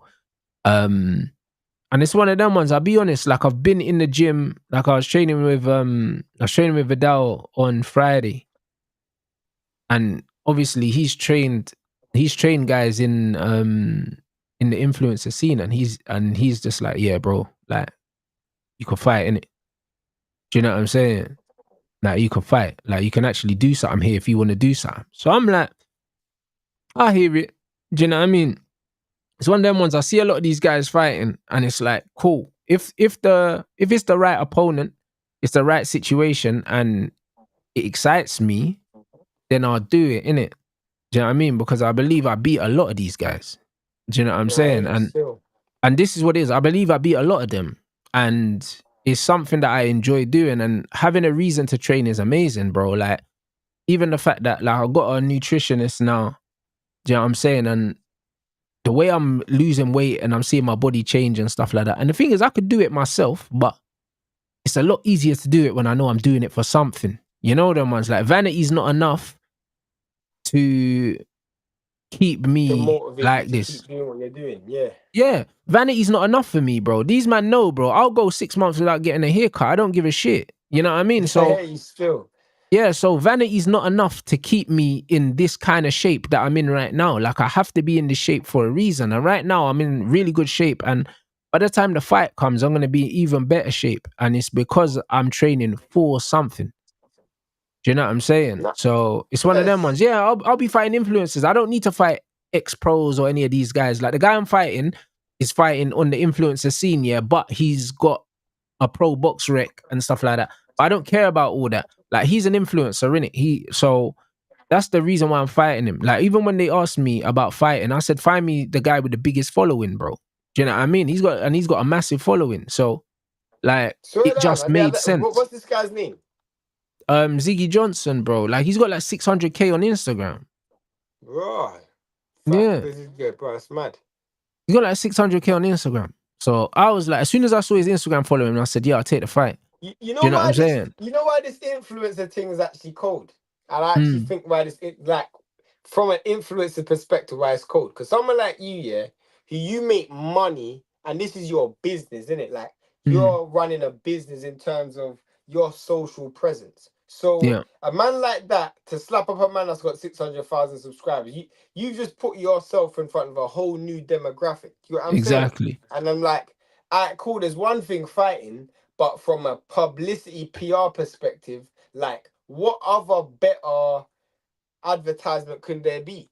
You know what I'm saying? There is no YouTube campaign or advert that you can run on your YouTube channel or algorithm plug that you can put into your YouTube that's going to advertise you more than you smacking up a man that's got bare subscribers. Do you know what I'm saying? This is what I'm saying. And he's already fought a Misfits. And obviously, like, I intend to fight on that platform in the future. So if I beat him, or when I beat him, should I say, when I beat him, that just puts man even more so in line to go there.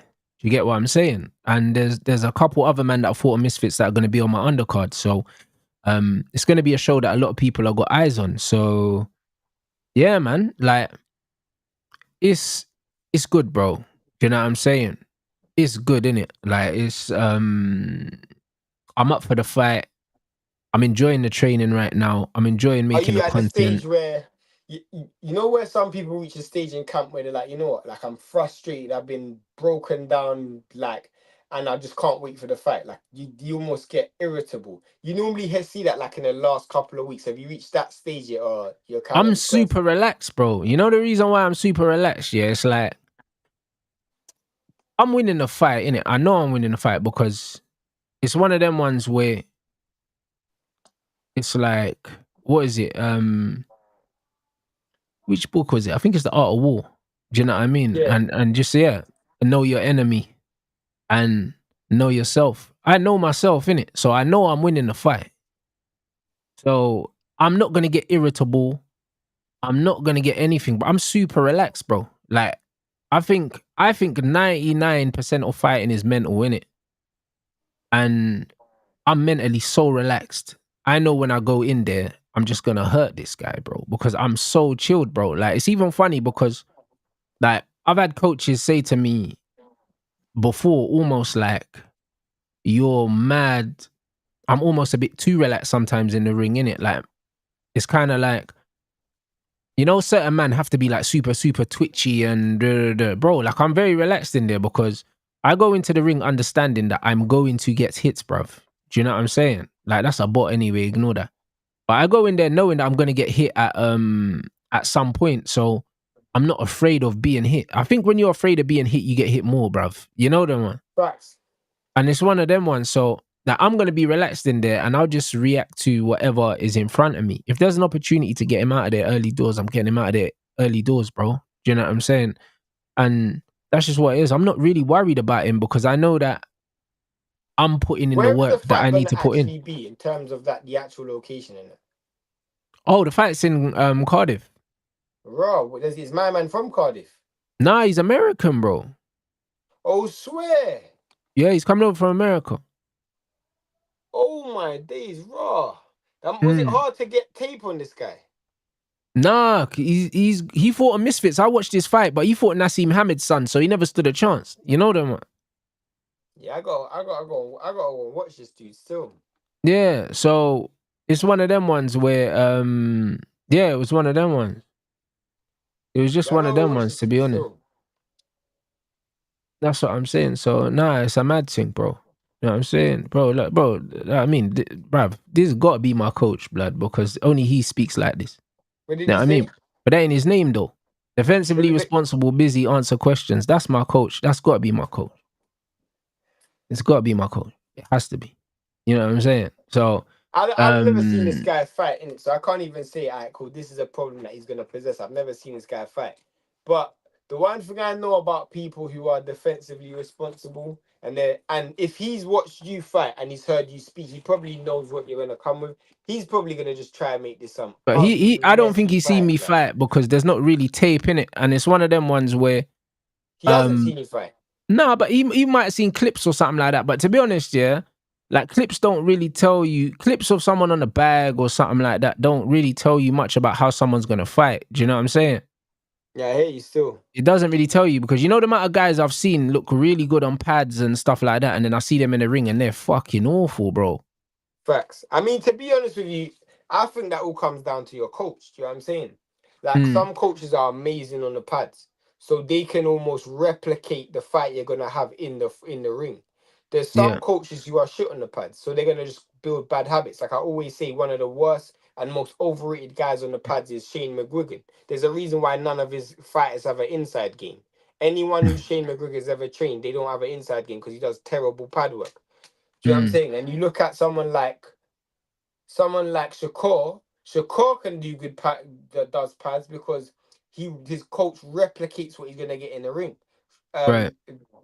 If you're fighting someone like I personally feel like you gotta tailor your camps to your fighters. Some guys are amazing on pad work, but terrible sparrers. Like they just don't like sparring. Some guys hate. I rarely remember seeing Derek Chisora on the pads, but I remember him. He does rounds and rounds and rounds of sparring. Some man just like to be battle ready and battle prepared, and you learn certain.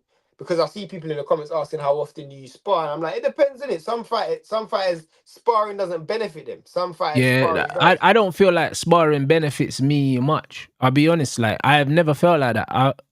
You know what it is, yeah? I feel like if I do the stuff that I'm meant to be doing, then I don't need to spar a lot. Do you know what I'm saying? Especially not like full on sparring. Do you know what I'm saying? Body sparring and that, calm. Do you know what I'm saying? Because you can still get your fitness and all that, but I don't see the benefit of getting pinged in your head multiple times like throughout camp, bro. I think it's fucking counterproductive. Do you know what I'm saying? So like it doesn't make too much sense, bro. And it's like if you can't defend, if you can't defend yourself, then you can't defend yourself, bro. Like it doesn't matter whether it's body sparring or full sparring, If you're not defensively responsible and you can't look after yourself, like you shouldn't be in there, bro. There are benefits to sparring, though. There are benefits still because if you're not used to coming under attack, like there's only like if you're not used to coming under attack, where someone, for example, they just rush you. There's certain things that there's nothing in camp that can prepare you other than sparring. So it does depend on it. Obviously, I understand what level you're fighting at. So obviously, I don't know who this guy's. I don't know what his you're talking about the experience is. pressure. Yeah, you're talking about the pressure. Yeah, just... I agree. But that's you don't need to get punched in the head to experience that same pressure. No, of course not. Of course not. Of course not. And I'm like, another thing is, I don't know, like whenever I've sparred before, this is why I enjoy sparring, but I don't ever like fighting. Like I don't have the psychological mind to ever do like pro fights or amateur fights because like there's a certain mindset you need to have. But the reason why I love sparring is because I'm a type of person who if you were to ask me to go on the pads right now, I can go on the pads and I'll look really good on the pads. But if I go into a ring, I won't look good until you hit me. Like until you hit me, that's when I start fighting. And I'm like, that's a psychological trait that you don't want to have when you're fighting. What it sounds like with Rants is Rants already has that switch on. Do you know what I'm saying? Some guys, it doesn't actually register. And I'm like, when I watch certain fighters, and I'm like, bro, you know the fight's going through and you ain't doing nothing. That happens to me sometimes. I'm like, bro, I need someone to actually hit me, and I'm like, cool, I'm in danger for me to start fighting. And I'm like, that's not a great trait to have still. So I do understand the benefits, and it does come down to the person. Like I know some fighters who hated sparring. Like there's some professional fighters who rarely ever sparred. They just didn't like sparring. Yeah, and then there's some fighters that like sparring all the time. But my thing is, Literally. yeah, I think when I'm sparring, yeah, because I know it's not a real fight. I think sparring's for learning, bro. Do you know what I mean? Especially, I think sparring's for learning, period. And obviously, I think probably that's how we more look at it when we're doing like mixed martial arts, innit? When you're doing Brazilian jiu-jitsu, you spar every single session. You roll every session, bro. So every session is rolling, bro.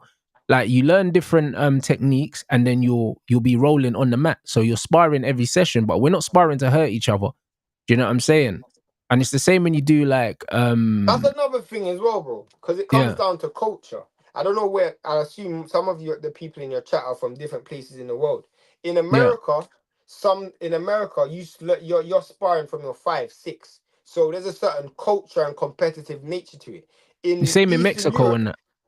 in Mexico, so in Eastern Europe, that's not really the case. They don't even spar that much. They do a lot of like routine training, like where they're all in one line and you got one man talking and they do things like almost orderly, where they're just trying to almost do rinse and repeat techniques. So some coaches have different attitudes towards sparring as well. What I've seen in the gym many times is guys go into the gym and spar with a chip on their shoulder trying to prove something.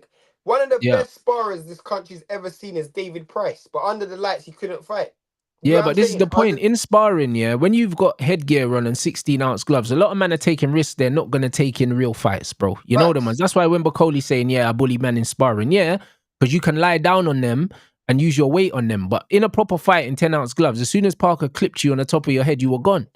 You know Facts. them, man. So the stuff that he could get away with in sparring, he couldn't get away with in a real fight. And this is why, yeah, I just think, like, for me, sparring's for learning, bro. That's it. Like, that's it. Do you know what I mean? If I want a war, I'll get it. I'll go in the ring and I'll fight and I'll get paid for it, bro. Like, I'm not in training paying for the pleasure of getting punched in my head multiple times. It makes zero sense to me. It's like, Yeah, bro, when we're playing bear, football, man are not training with shin pads on, bro. Do you know what I'm saying? Because we understand this training. Do you know what I'm saying? We're training for the these man do match. that still. Bear man go into sparring and they're just trying to take a man's head off just to prove a point. And I'm like, Yep. bro, that's counterproductive still. That is so And counterproductive. this is the point. And I think I don't like that culture in it. And that culture is in a lot of gyms here. It was in America and it's It's in crept America. over here now. Bad. Man want to be king of Yeah. the gym. And like, man are fighting like they're gonna win titles in the gym, bro. Facts. And I'm saying, and I'm not Facts. really on that shit. So I think, you know what it is? In the ring, yeah, I think mentally, I'm quite spiteful in it naturally. It's one of them ones where in training, I'm not spiteful because I understand we're training. But in the ring, like if the opening's there, I'm looking to hurt you. Because in my head, it's a real fight. In training, because I know it's not a real fight, I'll see a shot and I won't take it. Do you know what I'm saying? Facts. And that's just what it is. There's also something called a sparring partner mentality. And I don't know if you spar a lot, you go into the fight with a sparring. In a spar, there is no winner at the end of it. So if you Yeah, fact. spar a lot of rounds, after a while, if you build the habit and the culture of just putting in good work, I'll give you a great example of that. And this is someone who I actually know. I think you know as well, Rants. Dan Aziz Yes. spars everyone. He Yeah. sparred everyone. If you watch when he fought Joshua Boatsi, he yeah. lost that fight purely and simply because he had a sparring mentality. He was just happy to put in good work. But when it was time to go through the gears and actually try to win, there There was was a no gear real that his spite body. in anything. Yeah, facts. There was a gear that he couldn't go to because he built a bad habit. And you only get that bad habit from sparring excessively, where you're like, okay, it's a competitive fight, but you're actually not scoring this fight. You're actually not like another person used to do that was Sean Porter. Sean Porter's Yeah. known for sparring, and he's known for giving everybody good work in a fight. But you look when he fought Errol Spence, when he fought Keith Thurman, when he fought Terence Crawford, when it's time to flick the switch and go to that next gear, he don't have it because he's Yeah. sparred so much that it's like, raw. There is no next gear that you've mechanically trained your mind to go to because in the gym you don't do that. No, you're right. You're 100% right. So I just think that, you know what? I always say, yeah, people fight the way their personality is. Do you know what I'm saying? And I think Facts. certain people that are highly strung, very, very aggressive, they almost need that sparring as like an outlet. Do you know what I'm saying? Facts. They need that. I feel like I don't need that. I just I just need to feel, yeah, when I'm training and my coach knows it, I need to feel like every time I leave the gym I've learned something and I've got better. Hey, still. That's all I need to feel. I just need to feel like I got better.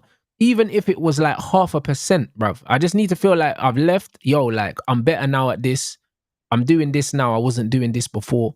Like even when I look back at my videos of me hitting the bag, yeah, when I look at me hitting the bag now versus me hitting the bag 2 months ago, I can see that, like I look like a different person. Like, that's all I need, bro. That's all the confidence I need. I ain't really worried about how many rounds have you done sparring and all these things, because a lot of men are going in the gym and beating, knocking over dustbins, Like you see when you Facts. see Kermel and that punching up guys that are way less experienced than him that shouldn't But even you be know in the ring what with him. though?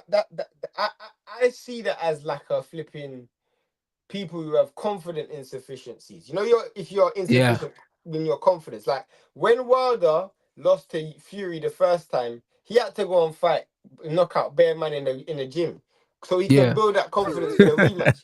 If you don't have confidence, you just don't have confidence, bro. No matter who you knock out, you can't build a fictitious confidence. Because when you go in the Mm. ring and you hit a man with a right hand that you were knocking out man in sparring with, now you're asking a whole set of questions you didn't ask in sparring. Like, why is this man still here? Everybody in sparring are knocked out. Do you know what I'm saying? Yeah. So, like, you can't build confidence fictitiously, bro. You just have to have it or you don't. Yeah, but this is the problem though. But I just don't understand how you can gain confidence from beating up someone that you know you're better than. It's foolishness. It's like playing your little Facts. brother on PlayStation and smoking him and being like, oh yeah, I smoke man 20-0. But it's like, bro, you're supposed to. Like, you can't get confidence from that. Like, even when It's man's like, saying sparring can be a good thing because you can spar people that are stronger than your opponent. So the fight happens nah, and you're you like, can't yo, do this that. guy's light work. Yeah, you can, but bro, at the end of the day, it's not just about strength, bro. Like I said, like fighting, it's a game of chess, man. It's about outthinking your opponent. So if I'm in the ring, with fighters that are smarter and more experienced than my opponent, it doesn't matter whether they're bigger or stronger or not. It doesn't matter. Like even before my last fight, I done some technical moving around, similar to what I done with Vidal. A couple days ago with my guy Dion Juma, like, and you know what I'm saying? He was part of like the team GB boxing and that, and like he's a southpaw. And the technical work that I did with him, the stuff that he was showing me, and we were just moving around the ring. We didn't even have gloves on, but just stuff like ring generalship and stuff like that. If you outthink your opponent, bro, it's not even about throwing the punches, bro. It's about making him go where you want him to go. Do you know what I'm saying? It's about cutting off the ring. It's about imposing yourself. It's about all these different things. It's not just about throwing punches. If I believe that I'm smarter than you and whatever question you have, I already have an answer for it, I ain't fucking worried about you. You know, it's not even about throwing the punches. The punches will throw themselves. The punches will throw Yeah, themselves. I hear you still. That's a And fact. that's what it That is is. a straight Like, fact. and that's just what it is, bro. Like, if you're defensively responsible and you understand when you need to let your hands go, you're okay, bro. People think that they underestimate boxing IQ, bro. Like that's way more important than being able to punch, bro. A lot of the best boxers that we're seeing in boxing today are not big punchers, bro. Not at Who all. were the big punchers, bro? Because Usyk ain't really a big puncher. Do you know what I mean? Like AJ and Fury went 12 rounds with Usyk, even though Fury was asleep. Do you know what I'm saying? Both of them went 12 rounds. Do you know what I'm saying? Dubois Facts. got knocked out, but Dubois is meant to be a big puncher, bro. But he didn't land fuck all, bro. So what's the point in being a big puncher if you can't land punches? Do you know what I'm saying? Like Tank is the only fighter, yeah, right now, and arguably, man, are saying he ain't fought no one. He's the only one that you could say is a After big Beterbiev as well. puncher, and Beterbiev as well. Like, do you know what I'm saying? And he's a big puncher, and it is what it is, bro. Bro, the best fighters right now, even when you look at Bud's power is more in his placement and his and his his speed and the timing. angles he hits you from than just the raw power. He's not a knockout artist, but he hurts No, people. he throws punches from, you say punches that you can't see hurt you the most, innit? The angles that he's able to create and land them shots, that's what hurts a Well, lot of fighters exactly. too. When Do you he know what I'm hit Errol saying? Spence with that 2-1, reverse 1-2, he did it. That wasn't a powerful punch. It was just well timed and it was caught in between his Exactly. shot and he was able to knock him over, bruv. And this is what it is. So people just think, yo, like being able to hit hard, bro. Nah, it's not about that. It's about the timing. It's about setting up shots. It's about even your positioning in the ring. Like I was working on a lot of that when I was with Vidal and stuff like that, because we obviously, I know I'm fighting a southpaw, but in certain situations, he was like, yo, cool. Always look for certain things. Do you know what I mean? Ring generalship's important sometimes, because it's not just being able to land a shot. It's where are you gonna be when you finish landing that shot? Because sometimes the shot's on, yeah, but you take that shot, you now put yourself in a position where you're defensively vulnerable because you didn't need Oh, to that's a take that fact. shot. Do you That know is what a I'm straight saying? fact. So it's like sometimes the shot may be on, yeah, but you got to think steps ahead. You got to think That's steps ahead why because you got to think, yeah, I throw the punch, but now I'm on the ropes and now I'm a sitting duck. So instead of throwing the punch, I'm going to pivot off and I'm going to take center of the ring instead of throwing that punch. well, you kind of alluded to that today. Well, in this same conversation when you're talking about Dubois, where when he was throwing the right hand, there wasn't a mechanism or mechanical movement to say after I throw the punch, this is where I will be. You know what I'm saying? It Precisely. was just like I'm gonna throw the punch and the fight ends once the punch is thrown. That's literally what it But was that's like. not, but even if that's the case, when you throw that right hand, even if it lands, there should still be an exit strategy. Well, of course, Whether you're but I'm rolling, saying whether you're dipping, whether you're coming back with the left hook or something. He just threw the right hand and it was like cool. yeah, there Like, isn't. yeah, but it didn't land. Now what? That was the full stop. You know what I'm saying? Like there's nothing after this. Just a straight full stop, bro. You know what I'm But saying? the thing is, in boxing, there's never a full stop, bro. Like the Facts. story's not over till it's Everything's over. commas.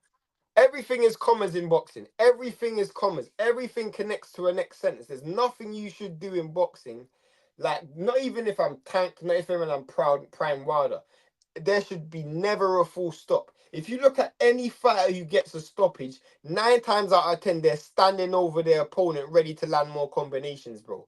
You shouldn't be 100%. throwing a punch and then your whole body's almost falling over with the guy. That mechanically, there's a problem there.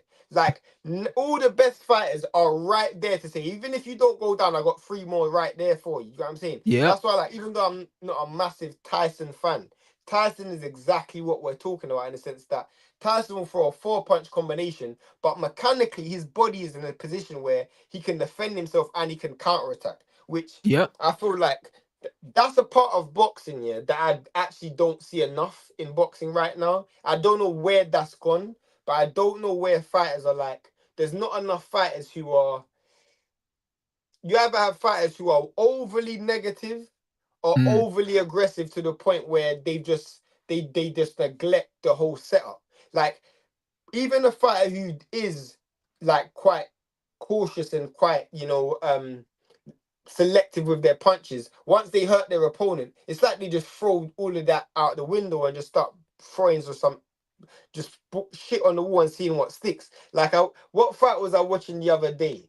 I think it was on the Pitbull Cruz yesterday. I'm like, bro, Mm. there was so many times Pitbull Cruz landed big punches. He had backed up his opponent, and it's like, bruv, like it's like now you've got your opponent hurt. You're just throwing everything out of the window that got him hurt in the first place, bro. It's like, bro, Facts. what? That's why, yeah. Just because you're a front foot fighter doesn't mean you're actually entertaining either. Because that's a big misconception as well. That Mm. being a front foot fighter means you're entertaining. Because I won't lie, just because you come forward with the high guard doesn't mean you're actually an entertaining fighter, bro. You're actually quite just sometimes you're quite boringly aggressive, like boring aggression. Like Liam Smith, for example, was just boring aggression. But that's what I'm saying. And even when he fought Boatsy, them man just were resting their head on each other's shoulders, just throwing left hooks. It's boring. Yeah, fam. I don't really. There's no method to this. It's just It's just aggression, and I don't really like that misconception of when people say, "Oh, Shakur Stevenson's boring," but you would watch a Conor Benn fight. I'm like, that doesn't make sense to me. Yeah, yeah, you That can't be just doesn't watching that. make sense to me. Like, you're aggressive, but there is no method to your aggression.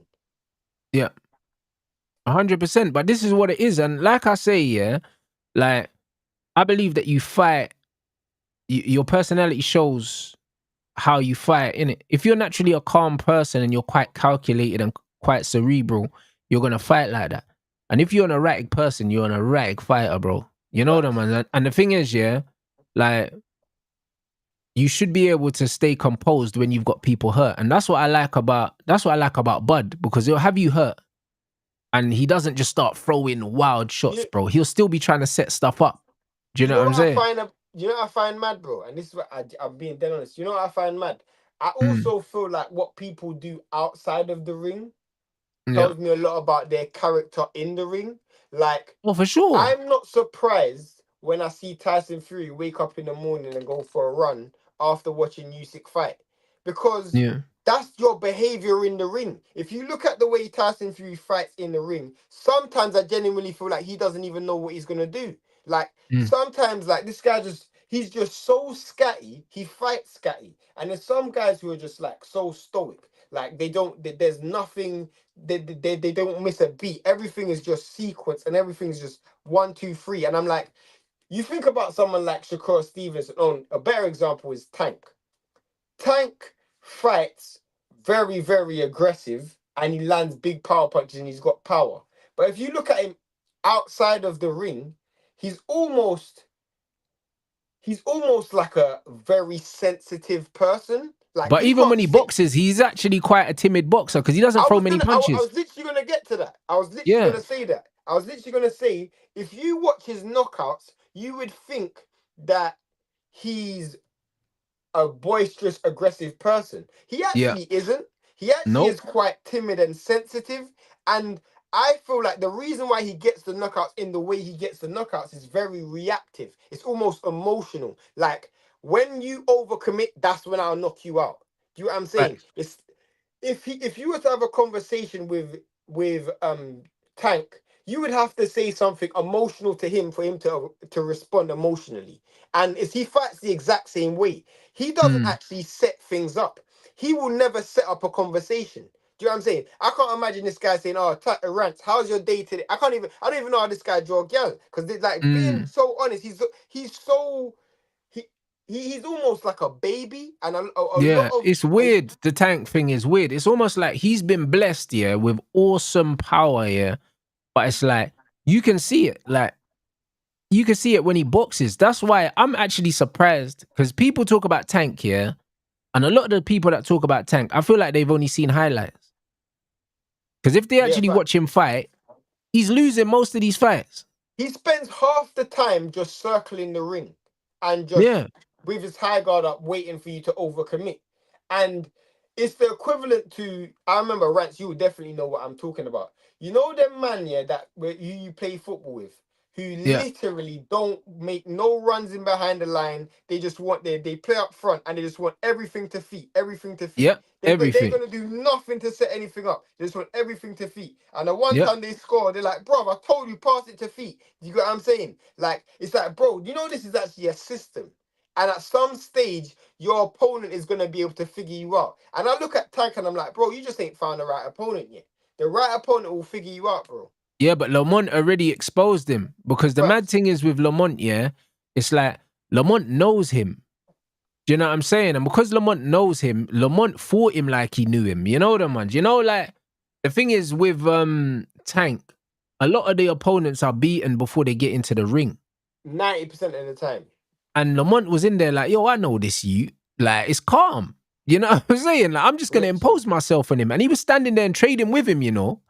Like, it was different. He fought him like he knew him. And I can't lie, that's rattled him now, because all of a sudden his stock has plummeted, even though he didn't lose the fight technically, even though he lost the fight. Facts. And I believe that that's dented his confidence. I wouldn't be surprised if we don't see him fight again. Bro, he's got big time problems right now. But bro, he's spiraling. You know when you said what man are doing outside of the ring, inside the ring, he's spiraling outside of the ring. Facts. I don't be surprised if he ends up retiring, bro, and we don't see him fight again. Yo, I'm not even gonna lie. I wouldn't even be surprised at all. Like Tank is a very, very, very. He's a very feminine person. Like I get very feminine traits from this guy still. Yeah. You didn't want the rematch. Man's talking about hair grease and shit. The man took the knee. He was, bro. He was about to get knocked out, fam. And he said, "Yo, I'll tell you the first time I ever felt I ever questioned this guy's character. I remember when Eddie Hearn said something about Tank, and Tank DM'd Eddie Hearn and says, "Bro, why would you say that about me?" I found that, bro. I swear down, I thought, yo, you're actually a gal. That's literally something a gal would say. Do you know what I'm saying? Like that is so feminine. And I'm like, bro, when I think about this guy, I'm like, bro, he's got some feminine tendencies still. I can't even lie. I don't know if maybe he's light skinned. I genuinely don't know what. Nah, it's mental, you know. But you know what it is, yeah. Like he's had a tough upbringing though. To be fair to him, you know, the man's never really had, you know what I mean, a father figure and all that. Do you know what I'm saying? So it's one of them ones where, bro, like it gets like that. Whatever the reason for it is, yeah. In any other sport, I'll hear that, but boxing ain't the right. But bro, yeah, but the thing is, yeah, sport. The way everything's been packaged, yeah, the Tank Davis thing, it's like he's always been, and he's always kind of shown us what he is, but the knockouts kind of masked it, if that makes sense. Facts. The knockouts masked it because he's always been like a kind of zesty brother, like he has. From the beginning, he has, bro. You know what I mean? You see him dancing with Adrian Broner and that. You seen the videos and that. Yeah, bro. He's got bare fun. He's always been looking bare weird and that, but we've overlooked it because, and as sports fans, we do this. Like when an athlete's good at something, you overlook weird things they do because you're like, yeah, like that's just their quirk or whatever. He's always been a weird youth. You know what I'm saying? He's always been weird. Do you know what I'm saying? Man's moving like fucking like man like Floyd's dad blood. You know that. Yo, blood. Hey, I swear down. That's what it is, but like Floyd's dad, bro. Man, like Auntie Schofield and that, bro. I'm telling you. It's that, fam. You know what I mean? And that's how Tank's moving, cuz. So, like, Tank's always been suspect. He's always been suspect, bro. So, I can't even lie, bro. I don't think we see Tank fight again. Bro, he's got a long way to come back, bro. I can't even lie. He's got a long way to come back still. He'll be another waste of talent still. I can't lie, because he's talented. Yeah, but that man said 30-year-old prospect. Ain't really fought no one. Do you know what I mean? And the thing is, he's not even, to be fair, he's not even really called out. If you look at Tank, he hasn't even really called out any big names. You've never seen him call out Shakur or Haney or any of them. He never calls out anyone. He don't call out no one, bro. He just wants to make his money in the least damaging way possible and get on with his life. He's never really wanted to fight no one. I'll give you a great example of who Tank is. Tank is Oscar. Remember Oscar used to play for Chelsea? Yeah. Man just went China for the bread. China and make that paper, bro. Yeah, fact. Man, my whole feels it's funny. No, it's true. Bro, Nick always says that still. Man said just link out of boxing. Yeah, bro, it's funny, bro. It's true though, man. You know what I mean? So the Tank thing's weird, man. And it just shows you in boxing the way people's reputations can plummet. Because everyone talks about Tank here. They were talking about him like he was Mike Tyson. And now, man, are just like, yo, one bad performance and he's washed now. Yeah, that's the game though. And this is why that's why I say fuck the fans. That's why when I saw Shakur standing in the pocket with my man the other day, I was like, bro, don't even bother, like. You ain't got nothing to prove to these man. Because them man will say, like, bro, these man are breading him now. But at the same time, if you got caught with a shot because you was trying to, you know what I mean, trying to be fan friendly. Bro, it's one of them ones where, bro, they're going to hate regardless. Like, if once you're a certain fighter, they're going to hate regardless. Certain people will just forever get hate for the rest of their career, bro. And unless you can just accept that and find a way to market it like a Floyd, bruv, you gotta be mentally strong because you're gonna get hate from everyone, bro. And this is it. Man said Loma said Tank would only try fighting when he's old. Do you know what I'm saying? No, but it's bro, listen, them man know what they're doing, innit? I think that Tank has maximized his ability to sell. And that's the reason he wanted nothing to do with Turkey, because he knows Turkey would have put him in some tough fights. And he don't want that. Of course, bruv. He He don't want definitely that. ain't doing that. You know Bruv, what I'm saying? So him and Turkey have never ever had no form of like proper conversation. I'm not even gonna lie, like sometimes Turkey does some foolishness, but I knew for a fact that Tank weren't gonna ever be on that side of the street, bruv. yeah, 100. Before we wrap, what are you thinking about your guy Devin Haney, blood, and his dad talking about these drug tests with Norman and that? The thing is, yeah, It looks I like he's trying to know. get out of the fight, bro. That's what it looks like. No, he's not getting out of the fight. There's too much money on it. For me, it's Bill Haney, bro. Bill Haney's the biggest troll, bro. Like this guy just finds a way to keep Devin's name relevant. So I feel like the fight can't not happen because of that. Because legally they've signed a contract, and Devin knows that. Bill knows that. They already know. But I feel like if they and people you know this, Rants, but people who don't know this, you try to get any psychological advantage as you can in build up to this fight. You're fighting a Right. guy who's never really fought at this level before. So psychologically, if there's anything you can do, like even if it comes down to a face-off, when it came down to the fact that they had the security move him or like fight him, like psychologically, you gotta try and break this guy because So you think this physically, is purely to unsettle him? of course, bro. This is Bill Haney, bro. Bill Haney is one of the like. As much as you want to say about Devin, what we can't disregard is Bill Haney's ability. Like this guy knows the game, bro. Like if you want to say Devin's not a great fighter, the reason why he's where he is right now is because of his dad. His dad is one of the Oh, best people. 100%. His dad has talked him into some stuff. Facts, bro. His dad's maneuvered his career perfectly, other than maybe the Ryan Garcia fight. So, in my opinion, bro, I can't lie. I just feel this is more shenanigans. There's gonna be more shenanigans happening in lead up to this fight, bro. Like anybody who, bro, legally, Turkey signed a contract. Brian Norman Jr. signed a contract, and Bill Haney and Devin signed a contract. But obviously, they're just gonna do what they can, obviously, to unsettle this young youth. He's a young youth, bro. Like Brian Norman Jr. is only 24, and he's never Nah, but you fought know what? at a You high. know what I like about Norman? Yeah, he seems like a throwback fighter. Like, you know what I mean? The way he speaks and that, he wants to smoke, blood. You know the ones like the way he talks. I just Facts. feel like, you know what it is with Devin Haney. Devin Haney might be able to outbox him, but it only takes my man to cut off the ring and catch him with one shot, and it changes the fight. And Facts. we know, yeah, that Devin, from his performance in the last fight, you could see that the confidence isn't where he would like it to be. 100%. Do you know what I'm saying? And he just needs to get clipped with something. Not even something clean, you know. Man just needs to get clipped with a little something to make man start second guessing everything. Of course, I feel like at once I've been back and forth with this fight all the way through because it's all about where Devin Haney's mindset is. But when I think about Brian Norman, there's so much question marks that I just don't know. It's not that he can't do it; he just hasn't shown me yet. Now, if he can do the things that I think he needs to do, then Devin's got a long night, bro. One, I don't know how well Brian Norman Jr.'s power translate to the back end of the fight. But the biggest thing is I actually don't know how well Brian Norman Jr. is gonna cope with the fact that he's gonna be down on the cards regardless of what he does. There's nothing he can do that will make him a better boxer than Devin. Like, But he's even not if going in there to try that's he's what I'm not saying. going there to try and outpoint Devin. He's going in there to try and knock man's head into the crowd.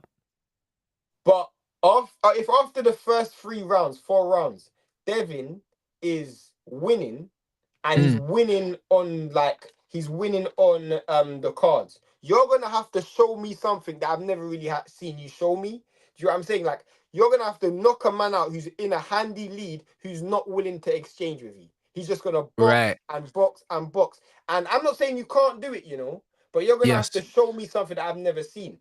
Top Rank done a great job matchmaking him with a lot of come forward fighters where he's never had to go searching. He's gonna have to go searching at some stage in this fight. And I'm like, what the bigger problem is if you hurt Devin but don't knock Devin out, and Devin goes even more negative, you're gonna now have to be even more aggressive and then give more openings for where you're gonna get out pointed, maybe not out, maybe not knocked out. And I feel like if Devin wins this fight in a boring fashion, people might criticize Devin, but at the end of the day, Devin don't care. Yeah, he Still won't don't care because he knows that his job is just to get the W. But I just don't. Facts. You know what it is with Norman though?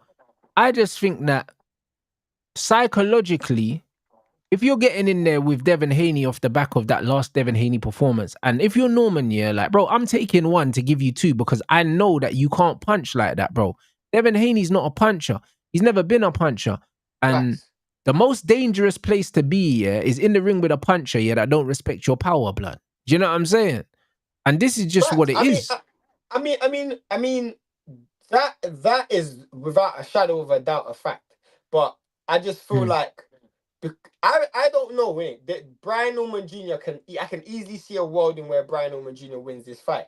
But I can also see a world where Devin is 7-8 rounds and is flipping 7-0. And But do you think that he can be? Do you think he can be elusive for 12 rounds, bro? Because that last fight, I've seen him do it before, bro. I've seen it. The thing is, but not in there with a puncher like my man, though. True, 100%. Because he's got one punch lights out power. One punch lights out power, but we've only seen it against come forward fighters, not against fighters where he's having to go out and look for it. And that's very true. That's why I'm saying, like, if Brian Norman Jr. can answer those questions, I see a world where Devin Haney gets knocked out. But I just don't know. I just don't know. I just genuinely don't know. No, it is a fight that, you know what it is? You know what it is, yeah? If Devin Haney had enough power to get the respect, I believe that Haney could outpoint him, but I just don't see Haney being able to throw any shot that my man's gonna respect. I'll be honest. Like, it's a lot of cardio. He'll be able to throw the jab and he will respect it. It's a lot of cardio though. Not through power, but through the fact that jab will just land continuously. Because Brian Norman Jr. doesn't have any defense. He just walks forward and he's aggressive. So because that jab's going to constantly keep landing, and this is another thing what people also don't understand, is Brian Norman Jr. is also an emotional fighter. Devin Haney likes to almost showboat. So, and also in the lead up to this fight, like, even if you watch him against Regis Prograis, like, Regis Prograis was getting frustrated in that fight. Like, bro, stand still, and he's not standing still. After 5 or 6 rounds, you're gonna just keep following this guy around. Yes, Brian Norman Jr. is way younger and more youthful than Regis, but I'm like, it takes a lot of psychological reassurance to keep going with a game plan that's not working. And at some point, no matter who Devin Haney fights, whether it's Lomachenko, whether it's Ryan Garcia, even when he got dropped against Ryan Garcia, his ability to win rounds is amazing. He still won rounds after he got dropped against Ryan, which for me, I just feel like you can't underestimate that. Like, his ability to win rounds is actually really good. No, I hear it. It's gonna be interesting, bro. But Haney, another one. You know what it is? Haney's going up in weight, and he couldn't even punch at the lighter weight, and that's what that's what I'm concerned about, bro. Because even when we talk about Shakur, yeah, like, Shakur, I reckon he could still make 135 if he wanted to. You know what I mean? I think he could. Yeah. Do you know what I'm saying? Like, I know he said he outgrew the weight and that, but I just think he couldn't be asked because he's so skillful. Do you know what I'm saying? But the power translation between 134 to 140 is one thing. Do you know what I'm saying? But the fact that Haney ain't really hurting people, wasn't really hurting people, and he's gone up, it's like, bro, now you're really not gonna be hurting people. Facts. And Brian Norman Jr. is he's a bully, bro. He's a bully. He is a bully. He's one of my, like, bro, he's a bully. Like, he's just a country. I said, bro, like, literally, when I think about him, I just think of us as a cotton picker. Like, he's just a real country brothers, innit? You know what I'm saying, bro? Like, he's just a fully, bro. And he's gonna go in there with no care, no regard for what Devin Haney's gonna do, and he's just gonna be a bull in a China store, rough Devin up, and it's gonna be a flipping war. That's the mindset he's gonna go in there with. And I'm like, cool, that's the right mindset to have. I'm gonna land big punches, I'm gonna wrestle you, I'm gonna bully you, and I'm gonna be like, cool, that can work. You just have to make sure the punches that you do land count, because the punches that Devin land will be frequent. Like, he will constantly he will win rounds, and you just have to be willing to say, cool, I'll lose these rounds, but I'm gonna eventually get you. And it takes great psychological power to do that. I'm not saying you can't do it though, because Brian Norman Jr.'s got that power. And the other thing that I don't like that I'm seeing, even though I love his dad and the way he's raised Brian Norman Jr., I don't like the fact that his dad's getting bought into Bill Haney's mind games. Bro, like, you need to be the calm one in there, because Brian Norman Jr. is young. You know what I'm saying? He's a kid. Like, you literally need to be the calm one in the corner to be like, bro, calm down. This ain't, because Bill Haney's gonna play games all the way up to the fight. That's what Bill Haney does. Bill Haney done that with Anatoly, bro. Do you know what I'm saying? Like, he does this all the way through the fight. He's gonna say all of this shit. Bro, this is Bill Haney. Bill Haney loves this shit. He done it with Ryan. He done it with everyone he fight. He does it with Oscar. This is what he does. And I'm like, if I'm Brian Norman Jr., just make sure your talking's on the day after the fight, not before. You don't need to do no talking, bro. That's what I'm saying. Man's saying Haney's waiting for Boots. I don't think he's waiting for Boots, bro. I don't think that's a good fight for him. I don't know. I don't think Boots is a good fight for Haney, bro. I can't lie, bruv. You know, yeah, that's a mad thing still. That's a big jump still. No, I mean, I don't think that's a good fight for him stylistically. If Haney wins though, I don't think Haney's gonna get credit for it either. If Haney beats but it comes with the territory. Do you know what I'm saying? Like, what they're saying that Boots turned down a fight with who? With Virgil. Yeah, but why though? Because they're supposed to be fighting later this year. But Virgil, Boots has got a fight announcement coming up next. Like, it should be announced at least within the next 2 weeks at 54. Okay. So I feel like another thing is Boots ain't really trying to, from my understanding, Boots ain't really trying to F with Turkey like that. Like, from my understanding, he ain't trying to fight in Saudi. Like, he's just trying to do the East Coast Philly thing, innit? Like, he ain't really trying to do that. Like, he just came out of a mad contract with, what's that guy's name? That Jewish brother. So he ain't really trying to go back into no. Who's that? Bob Arum or something? No, Salita. The guy who used to, the guy that has that hat that also used to promote Clarissa Shields. Okay. Yeah, so he in my opinion, this is based on an outside looking in. There's 4 fights Turkey's offered him, he's declined all 4. And he's literally said, I want to do, like, he's done his own pay-per-views, he's headlined his own cards, he's done it all out of Philly. I think his last one was in New Jersey. He ain't trying to do the whole go to Saudi thing. He's trying to do things at home. So I think that's it. That's his thing still. But I think eventually he's gonna fold in it because Turkey's got that bag. Yeah, that's what I mean. So it just depends, innit? It just. Me and Nick was talking about this, though. I know you want to wrap it up, so I just. Yeah, that's calm. Yeah, go. But me and Nick was talking about this still. If you realize, a lot of black fighters have a big issue with, like, power dynamics. You know what I'm saying? So you look at people like Tank, you look at people like even Shakur to a certain degree, even Boots, like, they don't want to give the power or bow down to a next man. Do you know what I'm saying? Where you see like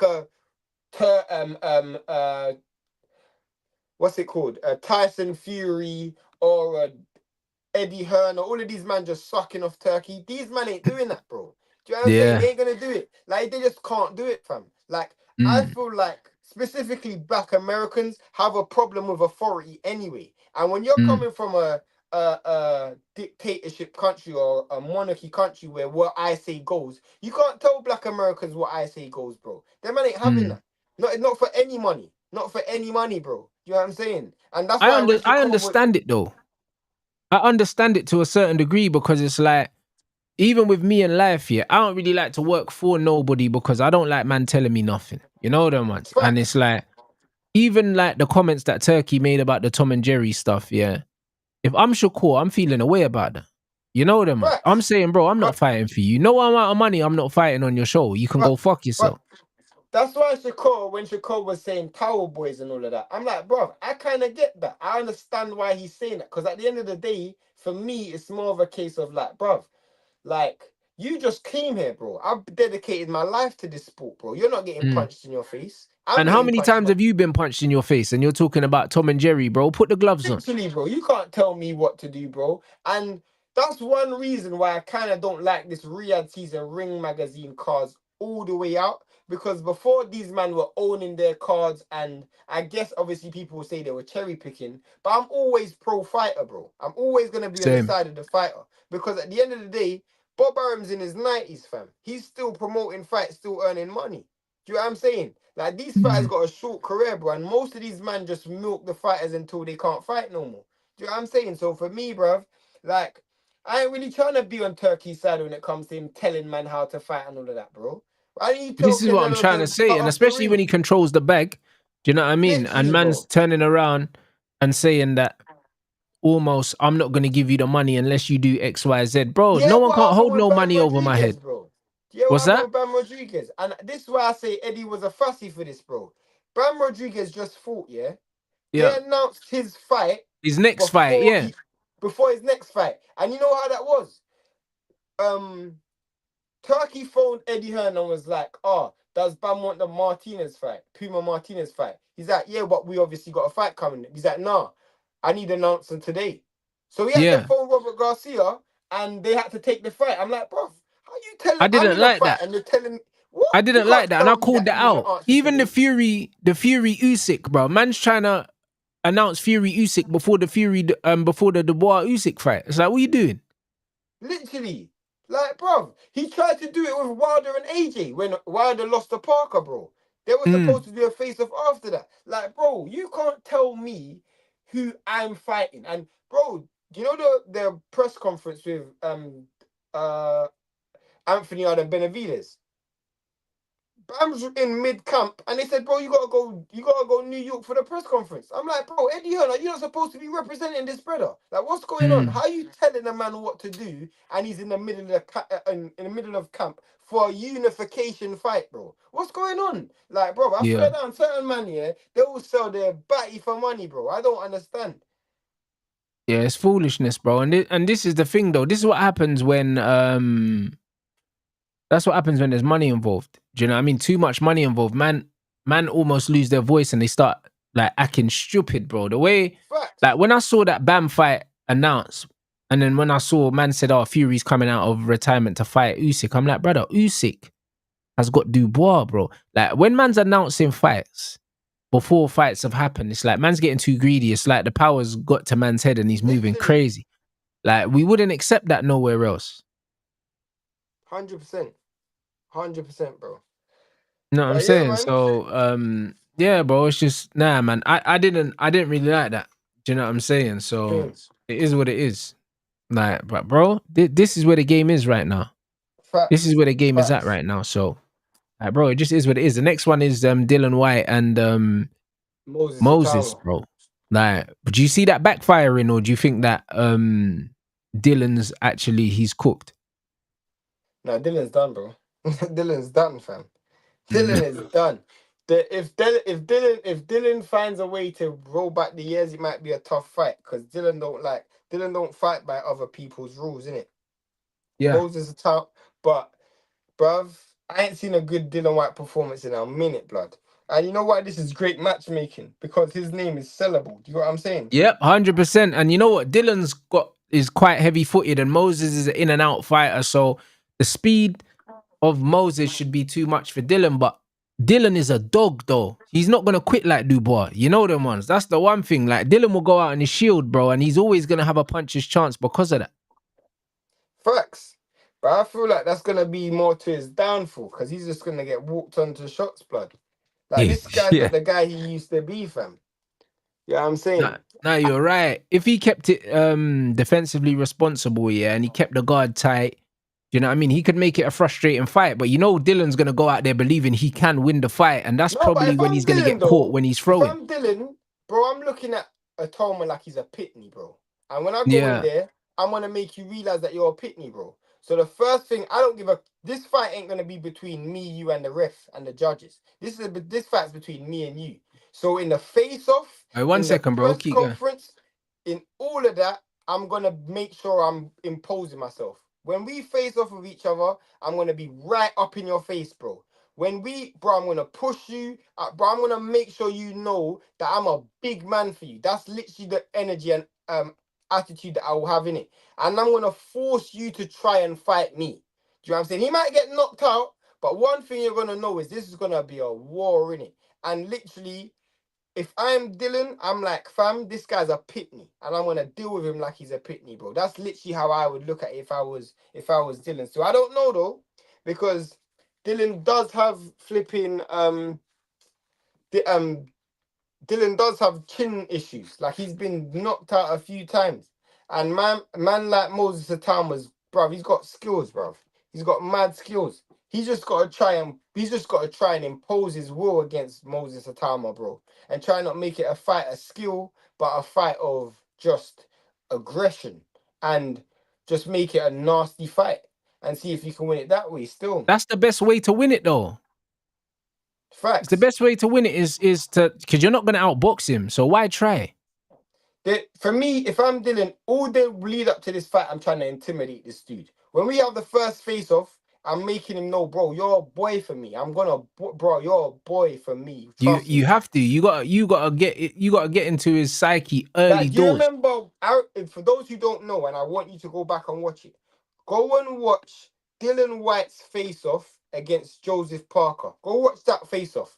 I watched that face off and knew Dylan White was gonna win, because when they called each other's name after the weigh-in and they went to go face off with each other, Dylan White didn't even let the security came in. He stepped right into Joseph Parker's space.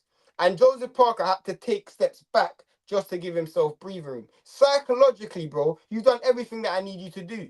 For me, if I'm Dylan, I'm going there with, even though this might not help, I'm going there with a bagger man from Brixton, just making it gully. The whole way through, I'm just badding up man in your team, I'm just badding you up. I'm stopping you. I'm just showing you that you're a boy. Maybe that might intimidate Moses Atama. I don't know. But one thing we don't know is Moses Atama's probably never had to deal with that type of problem before. Because if you let it get to the ring and you haven't planted any seeds in Moses Atama's head, and it's just a battle of skill, you're lost, bro. You've lost. Yeah, you're gonna get pinged. And this is what it is. You're 100% right. He has to try and level the playing field psychologically. Facts. Gotta bring the leather jacket. Facts. Get that leather jacket, get them gloves, bro. And when you face off with him, just push him. Make him know, bro, you're getting buoyed off today. This fight ain't gonna be like what you think it is. Trust me. No, I think so. And it's a great scalp, yeah. If he can knock Dylan White out, what a name on the resume that is, because he's knocking everyone out at the moment. Facts. And I think he does knock him out still. I actually think he does. Yeah, it makes sense that would happen. So, man, I said it it's going to be interesting, man. Might backfire on Dylan. Bro, he's going to lose anyway. So at the end of the day, sometimes it's about how you want to lose. I want to lose trying to win, not lose trying to lose nicely. Do you know what I'm saying? Like, certain men just care about finding a nice spot on the canvas and taking a seat. Do you know what I'm saying? Do you know what I'm saying? Like, just on a Daniel Dubois thing, let me just take a knee like Colin Kaepernick, fam. You know what I'm saying? This looks like a nice spot to sit down. You get me? Yeah. No, it's facts. No, that's too funny, bro. Man said taking a seat. Now I hear it though. Man, like dubious, man. But no, we'll see, innit? Like, yeah, facts. That's the next thing. What's that? The 16th of August or something? Yeah, 16th of August still. That's what I mean. I think, yeah, that's the week before my fight. Fuck. So, yeah, man, we'll be there, man. Yeah, defo. It's going to be sick. Hey, big up everyone, man, for tuning in. Defo. Loads of boxing, man. Again as well, still. Yeah, loads of boxing that we had to catch up on, man, because there's been so much going on. You get me? So big up everyone that's been here the whole time, man. Yeah, make sure you lot subscribe as well to Only Facts Sports. The link is in the title. What you guys got coming up? So, obviously, I